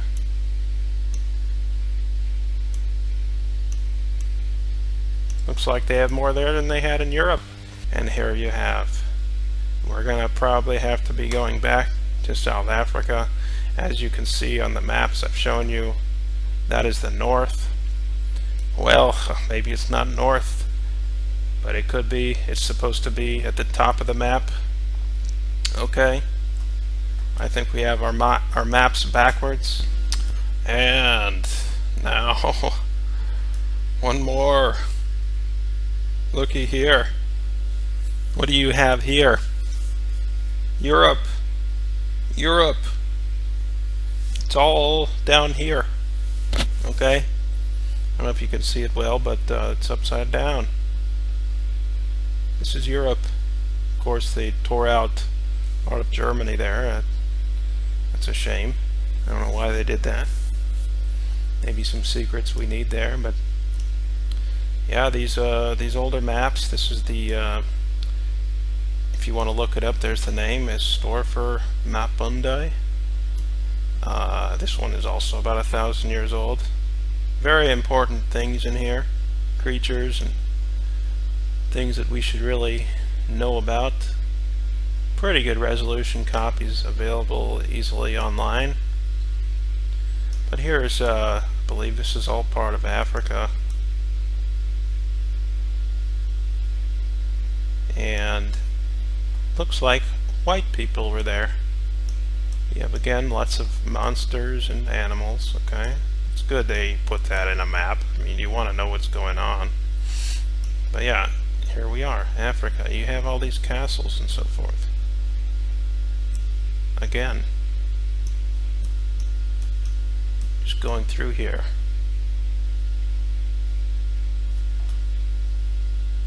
Zooming out, alright? Look at all that. Look at all this. What is this? What are all these monsters doing in Africa, huh?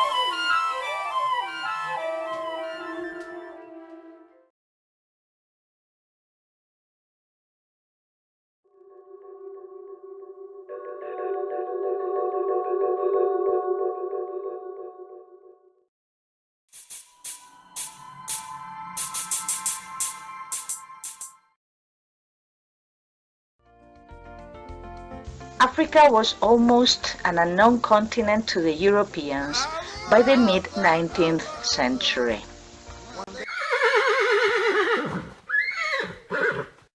Africa was almost an unknown continent to the Europeans by the mid-19th century.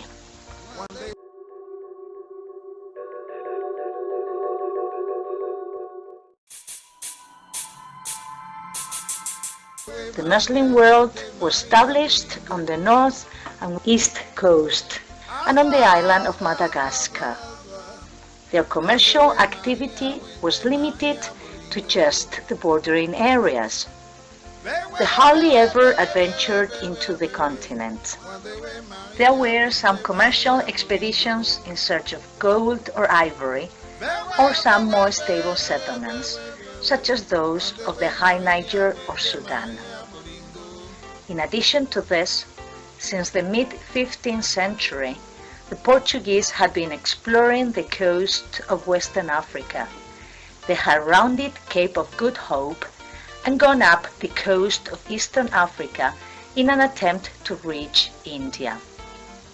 However, little more than myths or legends was known about Africa, and even at the beginning of the 19th century, most of the interior of Africa was blank on the maps.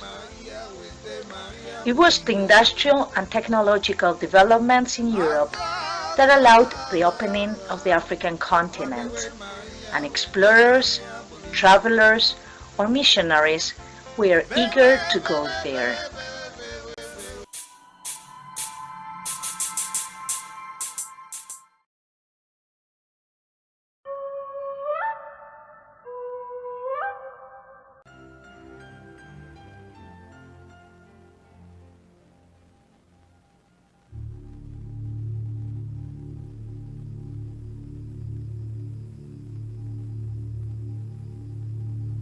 Nigerian terracottas, 2,000 years old.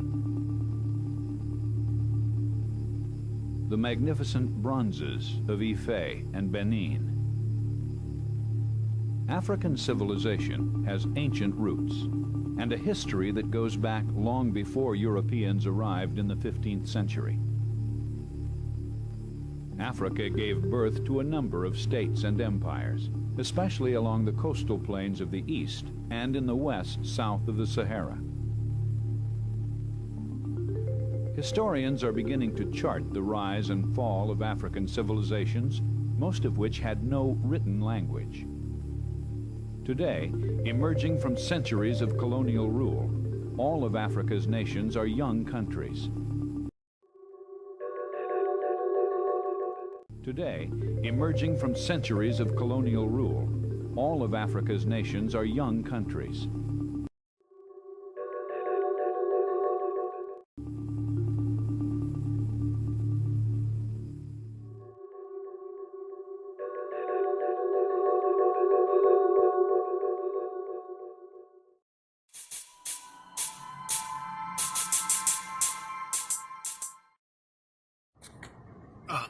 My name is Elisha.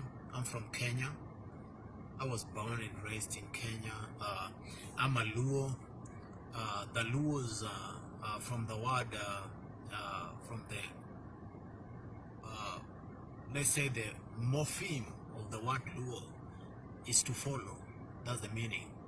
So we followed River Nile right from Egypt down to Kenya. So Luos originally were those who inhabited central parts of Iraq in those centuries before. The first migration took place from Egypt, from the central part of Iraq into Egypt. That's where we settled during the times of the pharaohs and the kings of Egypt. Then from there we moved, following River Nile, as the name suggests, down to Sudan, where we settled, and we started being called Nylons, where we settled for around 1,000 years in South Sudan, around Juba and Bahr el Ghazal. So Luos are related. They are the Dinkas in South Sudan who still live there up to now. We have relatives in South Sudan. We have relatives in Zambia. We have relatives in the DRC, the Democratic Republic of Congo. Then Luos migrated as River Lake Nylons into Uganda, and some of them spread along the Lake Victoria into Kenya and Tanzania. So I was born and raised in Kenya, around some place called Kisumu. And I think that's how we've managed surviving as a tribe up to this time, you know, surviving on the products or the producers of the lake and the rivers around us. Yeah. All right. Now I just want to ask two direct, straight questions. What is the ancient name of your people of the past? What would be the original name of your people in your people's oral history? Luos, originally, Luos, like, you know, as a natural man, we name as per the environment. Right. So Luo means to follow. Right. Because of River Nile. So we became Luos when we moved from Egypt down into Sudan. That's when we became Luos. Okay, so when but you all... Before, we were not Luos. Luos were never Luos before we moved from Egypt, coming down into Bahr el Ghazal and Juba in South Sudan. Okay, so the question I will be asking then is, the migration from the origin point of Arabia, as you said, what were you all's ancient name of that period? As you told me once before, Babylon. So that would that then make you guys the Babylonians? I'll take you. Yeah, I'm a Babylonian. Okay. That will take you. I'll take you first of all back to Egypt. We were called Menya. Menya means the shining ones. Okay. Yeah, the shining one. Meaning, if you see the in a lot of movies acted about the pharaohs and the kings, they had their heads shaved clean. You see, yeah, that was a culture, and the 6 lower teeth was to be removed as an initiation into adulthood. You see, yeah. So we were called because we had what the other tribes around us call the light of civilization. Okay. Obama is a Luo, so the light of civilization, the light of knowledge, the light of the natural power on how to tame nature. Okay. Originated from the Luos in Egypt, the first alphabet. Egypt. You can find Luo language in very many languages. Okay. Yeah. So Luo language Luo as a language has been introduced into a number of languages around the world. Yeah. Okay. Where you see a lot of words introduced into the Luo language and also borrowed from Luo language into English and other languages around the world. Okay. Yeah, so that's what we were called, Menya, the shining one, in Egypt. But going back to Iraq, to the central parts of Iraq, where we came from, we were no Menya from there, because all these words are coined after the environment. The shining one. Each part of the environment that y'all along y'all migration path, basically. Yeah. Okay. So like right now, I'm a Luo as from Sudan and Egypt, but I'm not a Luo as a clan. As a clan, I'm called Kano. Okay. Yeah. So I originate from a clan called No. Okay. So it's different. See? So Luo, again, we have clans, and these clans are named according to the time of the year, the environment, and stuff like that. Just like we have over in our culture. We have clans. Yeah. Okay. So point of origin, ladies and gentlemen, is his clan, his tribe, his bloodline comes from Babylon. And today's term would be called what? Iraq. Central Iraq. There you have it, ladies and gentlemen. Straight from a person that's from the continent that has been misnomered as a totality of Africa. So I would not call myself an African, because Africa is a name that was coined by the white man when he took over Africa and subdivided the European powers, the Belgians, the British, the French, when they came over and took over and subdivided the continent into various countries, they call it Africa. So Africa actually is not a word from the tribes that are any tribe over there. There's no any tribe in Africa that relates to the word Africa. So Africa is a word that was coined by the white man to name a continent because of the wild. So it's not actually the afro, the hair. Look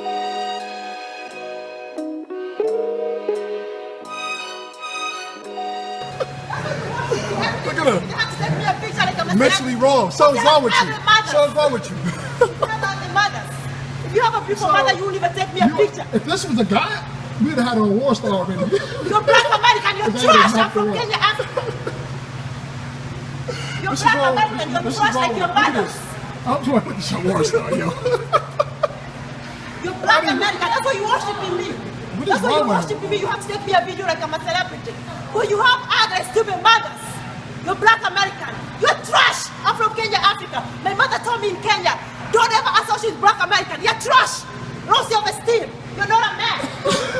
Yo, that's crazy. This is wrong with black people. You take me a See, picture other Africans because you have another stupid dead mother. You see what's wrong with came from the same black because you have another black American mother. You came from the same black. You gonna have sex in my video? You have another mother. That's why you have to worship me and take me a video. I will never take your video. You're trash, you're other, you're black Americans. I'm from Kenya. You got the same phone. What are you talking about? You have people from Kenya. You have other trash mother. You're in America now. What are you talking about? Why are you not in Africa? Why are you not in Africa? I have to look down on you because you're ugly. You're not making no sense. You're crazy. You're black American. You're trash. I should do this in slow motion. This is why we're African. The man in Kenya told me on the phone, don't even associate with black America. They have no self-esteem. No self-esteem. So that's what you categorize as every black African American. That's what you're doing? So who you look up to? So who you look up to? So who you look up to? Because you have another mother. See, the shit isn't making no sense. That's why you have to take me. You're embarrassing yourself. You're black American. You're stupid. I'm stupid? You're ugly. You're black American. You got a degree, right?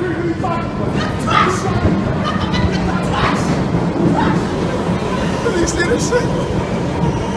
Ladies, cook. Look at this. You're cooked. Your mother is dead, mother, right? Your mother is dead. Your mother is dead. That's why you have to worship me and take me a video. Because you have an ugly dead or dying mother. Maybe she's on drugs. This is a guy on a big doctor. Your mother is dead. Doctor or dying of drugs. That's why you have to worship me. Because you have an ugly stupid mother. You have ugly women in your life. That's why you have to worship me. Taking me pictures. Right. Because you don't have beautiful women in your life. You're black American. You're trash. Just like your mothers. You're trash like your mothers. You're black American. You're trash like your mother. That's why you have to follow me and worship me. You're embarrassing. I'm from Kenya, You disgrace. You're black You disgrace to You're Africa. trash. You disgrace to Africa. You're black American. You're trash. You've always been trash. I understand. Please, I gotta get a complaint.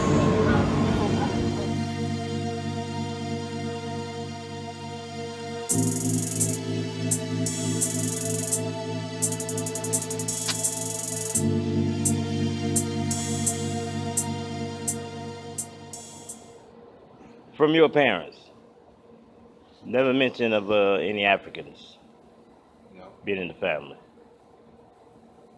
Where you from? Chicago. West side? South side. I'm a west sider. Inglewood, okay. Well, brother, what do you think? A lot of us so-called African Americans take that DNA test, man, to see ancestry lineage back to Africa. In your opinion, as far as I know, nowhere along the west coast of Africa do they take the DNA test to see who was taken from there that's here. Message! As far as I know, nowhere along the west coast of Africa do they take the DNA test to see who was taken from there that's here.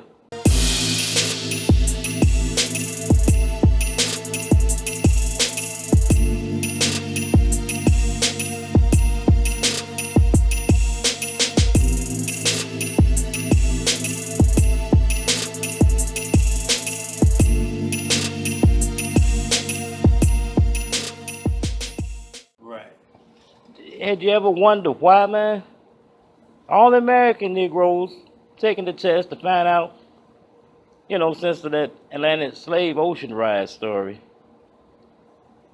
that came over here, which is a hurricane ocean, man. I don't know how they was doing it, but they claim they was doing it in wooden boats. They got steel ships today, and they still come back banged up. A cargo vessel that started spewing oil when it ran aground off New Zealand several months ago is now threatening to cause even more environmental damage. The vessel split in two after it was pounded by stormy seas, and the bad weather is not likely to let up for several days. Salvage crews have already removed much of the ship's oil, but a lot more remains. So I don't know how they was doing it with the boats, man. There's some creative people back then. They just lost all kind of sense today. But Africans are not known to this day of taking tests to find out where their people from or who was taken. You ever wondered about that? My opinion is, and you give yours, they don't give a damn if it happens. They don't give a damn, man. They saying that's yesteryear. But the Negro here, since we infiltrated in our schools with that stuff each year, every child that comes through it, they got to have that African history book open. And it reminds them, us, they came here and changed. They try to draw the ugliest picture they can of an African. This was you all. And the reason why y'all look different today because, you know, Massa was just screwing every wench he could get. Right. Which is bullshit, man. They had laws, man, outlawing any sex and they can be fined hundreds of dollars, man. This is a fact. So I just wondered, man, and what would have been your opinion that we're on the same agreement? They just don't give a damn. Yeah. And when they come, I read once before that the Africans don't honor Black Americans like that. They don't. They don't. I'm up north now in Chicago, and that's by chance. You know, that's that low-income housing. And the Africans stay further down Belmont. You know what it is, right? Mm-hmm. They don't kick it, man. You know, they may speak, and the women definitely don't. If a brother, an American brother, speak, keep going. You know. Right. And the most how I can really tell them apart from my own, not just by phenotype, but they're normally pushing some white baby in a stroller. They take those jobs. You ain't finding no American sister do that shit, man. Right. They ain't doing it. But they love it, man. They run straight up into the white communities, which is okay. They're the ones who sponsor them to come here, you know, and give them loot to set up shop and everything. But as far as coming to the black community, they don't do it. How many in Inglewood? Whole town? I haven't seen it. I didn't say ride through. I mean, how many live? I haven't seen it. Yeah, ride through, huh? Look at them niggas. Yeah, they ride through. So, I haven't seen any. Okay. Okay, well, I just wonder, man. I didn't think I was the only one thinking like this, but I posted that question on Facebook and Google+. How come Africans in Africa don't take the same DNA test to find their lost people? From what I understand and heard many of them say, because I've asked, they say they don't know nothing. They say they don't know anything about slave ships, man. It's not taught. In Ghana, Nigeria, it's not taught there. Wow. Only they find out when they get here through the American school or that internet. But as far as in their towns and in their families, it's not taught. Hey, beware. You were snatched once, you'll be snatched again. Man, that shit ain't taught. This is an American shit story, man. You know? Yeah. And I'm serious. I mean, if you ever think about it, man, ask an African, man, one of them cab drivers, you know? They might answer, they might not, but I'm telling you. I'm telling you, hey, we don't know anything about it. I asked an Ethiopian truck driver a year ago. I was out on the job site. And I said, man, what do you know about the slave ships and taking people from West Africa? And I heard even some Ethiopians. He said, that's what they wrote. So that told me enough right there. He said, well, hell, that's what they wrote. He got to laughing, man. You know? So, wow. Yeah. That's why I asked, did you mind me interviewing you, man? Because I asked him, could I interview him on camera? And he said no, because they don't come here for that. They don't want no trouble. You know what I mean? They don't want that visa, however they're here. He ain't come here for that. They come in to make that American dollar, and that's it. Yeah. As far as civil rights movement and standing up to Black Lives Matter, they say they got their troubles over there, man. They ain't come here for that. Right. So peace out, brother.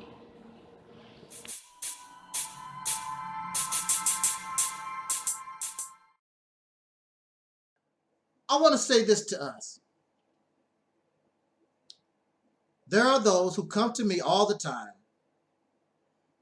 and I really, and honestly, I'm getting very sick of this subject because y'all cannot prove your position. You can't even begin to.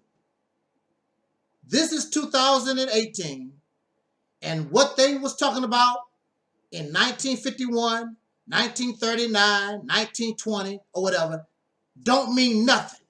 This is a whole new ball game, and there is new information. People are finding different things and starting to think very, very differently. It's just like having a court case. There are many innocent people in jail, in prison right now, because the jury was denied to hear a very vital and relevant piece of information. So without that information, they could not make a proper decision that probably could have stopped a person from going to jail or prison. You must have all information, vital information, in order to make the very best decision that you can. So we have been denied certain information from the 30s, the 1900s, 1800s, 1600s, or whatever. We have been denied, the so-called Negro in America, we have been denied certain information. This you know. And so we build upon the information that we are given, and we call it facts. It's not a fact. It's circumstantial. It's an allegation. It is not a fact. Because if it was a fact, then you would be standing strong, but you don't. There are those who I call African wannabes. They have to be African wannabes because they don't act African. They speak no African language. They try to wear some type of African looking clothes. I don't know what the clothes represent. I don't know. They speak no African language. They don't live no kind of African way. They look like the average Negro on the street. If you want me to be an African, be the African that you're talking about so I can look and see what it's supposed to look like. You look like an average Negro to me. Going to the same Negro job that everybody else going to. Living with racists. You're African that live with racists. And you're not trying to go nowhere no time soon. So I don't know what the hell you keep talking about this African stuff for, because your ass gonna live, you was born here, and you gonna die here. That's the bottom line. I was an African. I'm a Christian, I'm a Muslim. Y'all done turned the whole thing into a religion. And act the same way religious folks. They don't, if you don't believe in Jesus, they get all upset. You talk about you're not an African. Oh, they get all upset. Oh my Lord, he's a fool. He don't believe. They don't believe in Jesus. They don't believe in Allah. The same kind of stuff. Made a religion out of it. A belief system. But one of the things that many of the African wannabes do is they want to tell me about the scholars. Well, you know, this scholar said this, and the scholar said that. We're African people, and they got all these books. For every scholar that you have, for every book that you read, I can guarantee you, you can find somebody that will counter that point. Somebody that will say the exact opposite. I guarantee you that. There are many people, scholars, who will say that the so-called Negro in America is not an African. We know this. There are many books that you can read and you will find that will say that the so-called Negro, the descendants of slaves born in America, is not an African. The same thing. So, earlier this week, I was working with a brother from the Sudan, and I noticed very quickly, because he had an accent, he just carried himself differently. And I'm like, hey, brother, you're not from here. Where are you from? He says, I'm from Sudan. I said, okay. So I began to question him. I'm like, well, do you consider yourself an African? He said, yes. Now, when he said yes, a lot of you said, see, man, see? He said that he's African. Let him finish. He said, I am an African simply because I come from the continent, but I am Sudanese. I'm from the Sudan. When you say that you're African, you just say you're African. You don't finish. You don't say, well, I'm from the Sudan. I'm from Ghana. I'm from Nigeria. You don't say none of those things because you know that you're not from those things. He knows. He's not speaking in general terms or relative terms. He's telling you, I'm from the Sudan. I said, can people from the Sudan also be Ghanaian and Congolese and no. We are different. We are different. We are not the same. He confirmed and backed up everything that I've been telling us.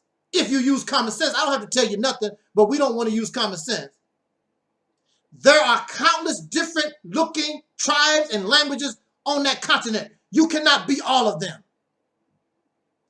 You can be an African simply because you are on that continent. And you can't even say that. You was born right here in America for generations. For generations.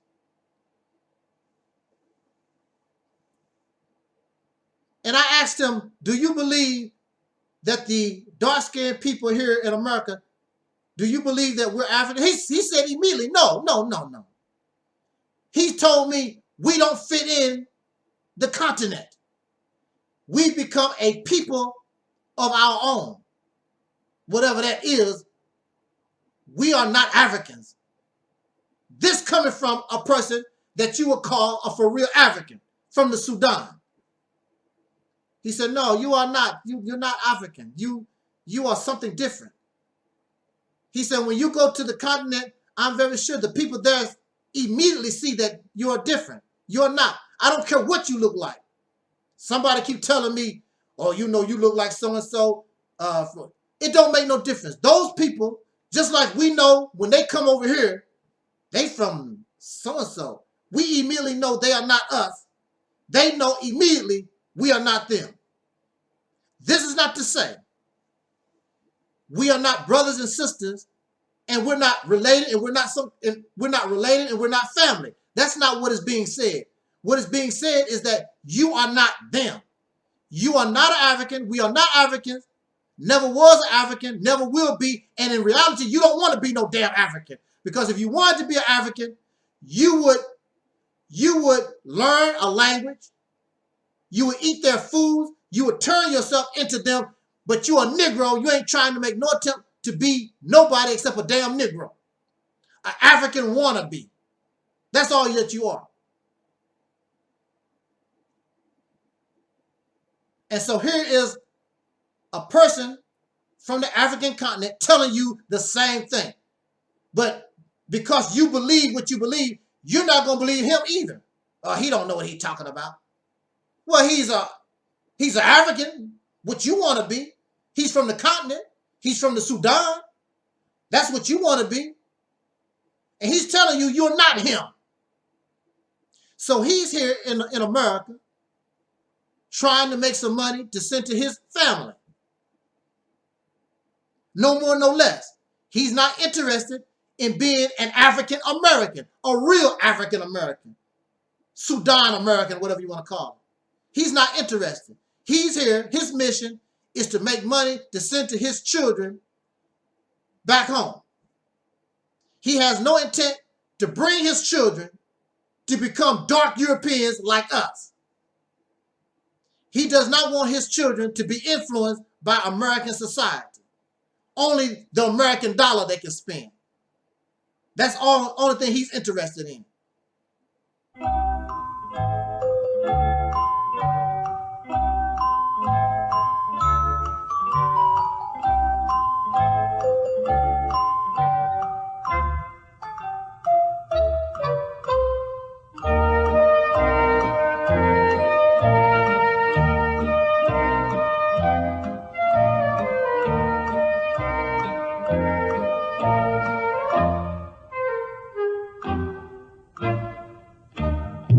Two people are dead and another is in custody after a shooting at a Kroger grocery store outside of Louisville, Kentucky. Just moments before the incident happened at Kroger, the suspect was seen at the First Baptist Church of Jeffersontown trying to get inside of that church, but he didn't get in. He's like, whites don't kill whites. He said what? Whites don't kill whites.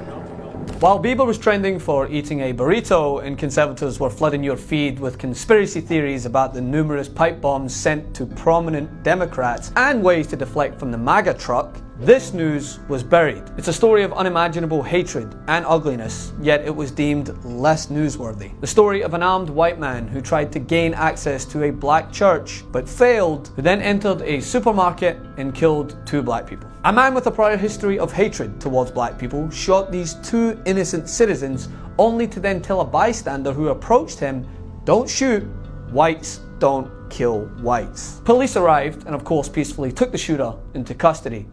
This is news that gets buried. The victims were Maurice Stallard and Vicky Jones. Stallard was killed in front of his 12-year-old grandson. Vicky Jones just recently retired from the VA hospital. She spent her time helping veterans. And on that subject, let's take a closer look at this despicable human being who took her life's profile picture. I stand, huh? Stand for what exactly? Okay, so there is a lot to unpack here, but let me just start by saying that those who think the cure to solving racial issues is to avoid them, deflect from them, and pretend they don't exist will tell you that incidents like this are rare, but they're not. They're in fact so common that one as tragic as this takes second string in the news cycle to breaking news like Michael Avenatti saying a white man needs to run for president. But wait, I'm in the wrong, right? By bringing these issues to your attention, I'm the one who's fueling this divide. Because if we just ignored acts of racist violence and pretend they're not going on, they'll go away, right? It took the mainstream media 3 days before bringing this incident to light. A man massacred 2 people in a grocery store, and still takes 3 days before major news outlets even run a story? And of course, even when the story began to receive coverage elsewhere, Fox News could be counted on to avoid it completely by focusing their attention on refugees 1,000 miles from the US border on foot. Obviously, there's so much attention being played to the border right now. Or on ways to pretend that the truck full with Trump stickers from the MAGA bomber had nothing really to do with Trump. This is a representation of the failures of our news cycle. This should be front page news on every single media outlet across America. The reason people are so oblivious to the hatred that's brewing in this country is because it's not given the same priority. Not only is that dangerous, but it also plays into Trump's goal of manipulating the media. For instance, did you know last month 2 black police officers were killed after confronting a white man armed to the teeth? The chances are you didn't know about this incident because conservative media ignored it, and because it doesn't play into the war on cops narrative they like to pin on black people. Meanwhile, the more mainstream, moderate outlets didn't cover it because, hey, they can't put Trump in the headline. This is why independent media is so important in this day and age. To pull back the curtain on what's really happening amidst this hyper-political, polarizing climate. These are the issues that we need to hear about so that we can confront them head on.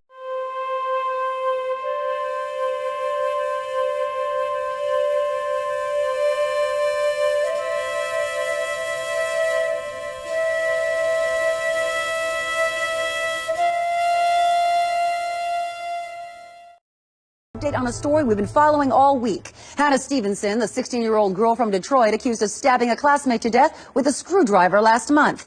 At her arraignment this afternoon, Hannah received the harshest possible sentencing from the judge. She will be tried as a black adult. Due to the extreme and violent nature of this crime, this court finds it fitting to try the defendant as an African American. Henceforth, you will be referred to for the jury by the name Wandell Brown. Once the trial begins next week, all courtroom images of Hannah will depict her as a 300-pound muscular black man, and jury members will be instructed to imagine her as such. We're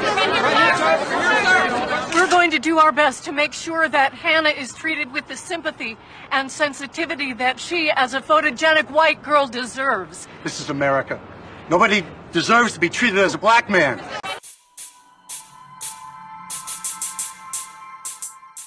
You said that your people have been fighting for 400 years. Man. Your peoples too. So I just want you to explain what you mean by that. You know what I'm talking about. Y'all all know what I'm talking about, man. Don't sit up here and try to bait and not know what I'm talking about. Y'all know what the fuck I talk about when I say these things. Your people too. Explain it. Not everybody knows what you're talking about. Radio Raheem, I don't have to explain what's understood, man. You know what I mean by that.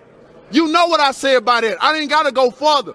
And if anybody don't understand that, then God be with them. Go look up the history. Go look up the history. Shit, don't everybody believe in Google? Go Google that shit. See what I'm talking about. You know what I'm talking about, man. You know what. I dare you to sit up there and say, explain. You know what I'm talking about, man. His fighting people. You know we've been fighting 400 and still fighting to this day. To this day. To this day.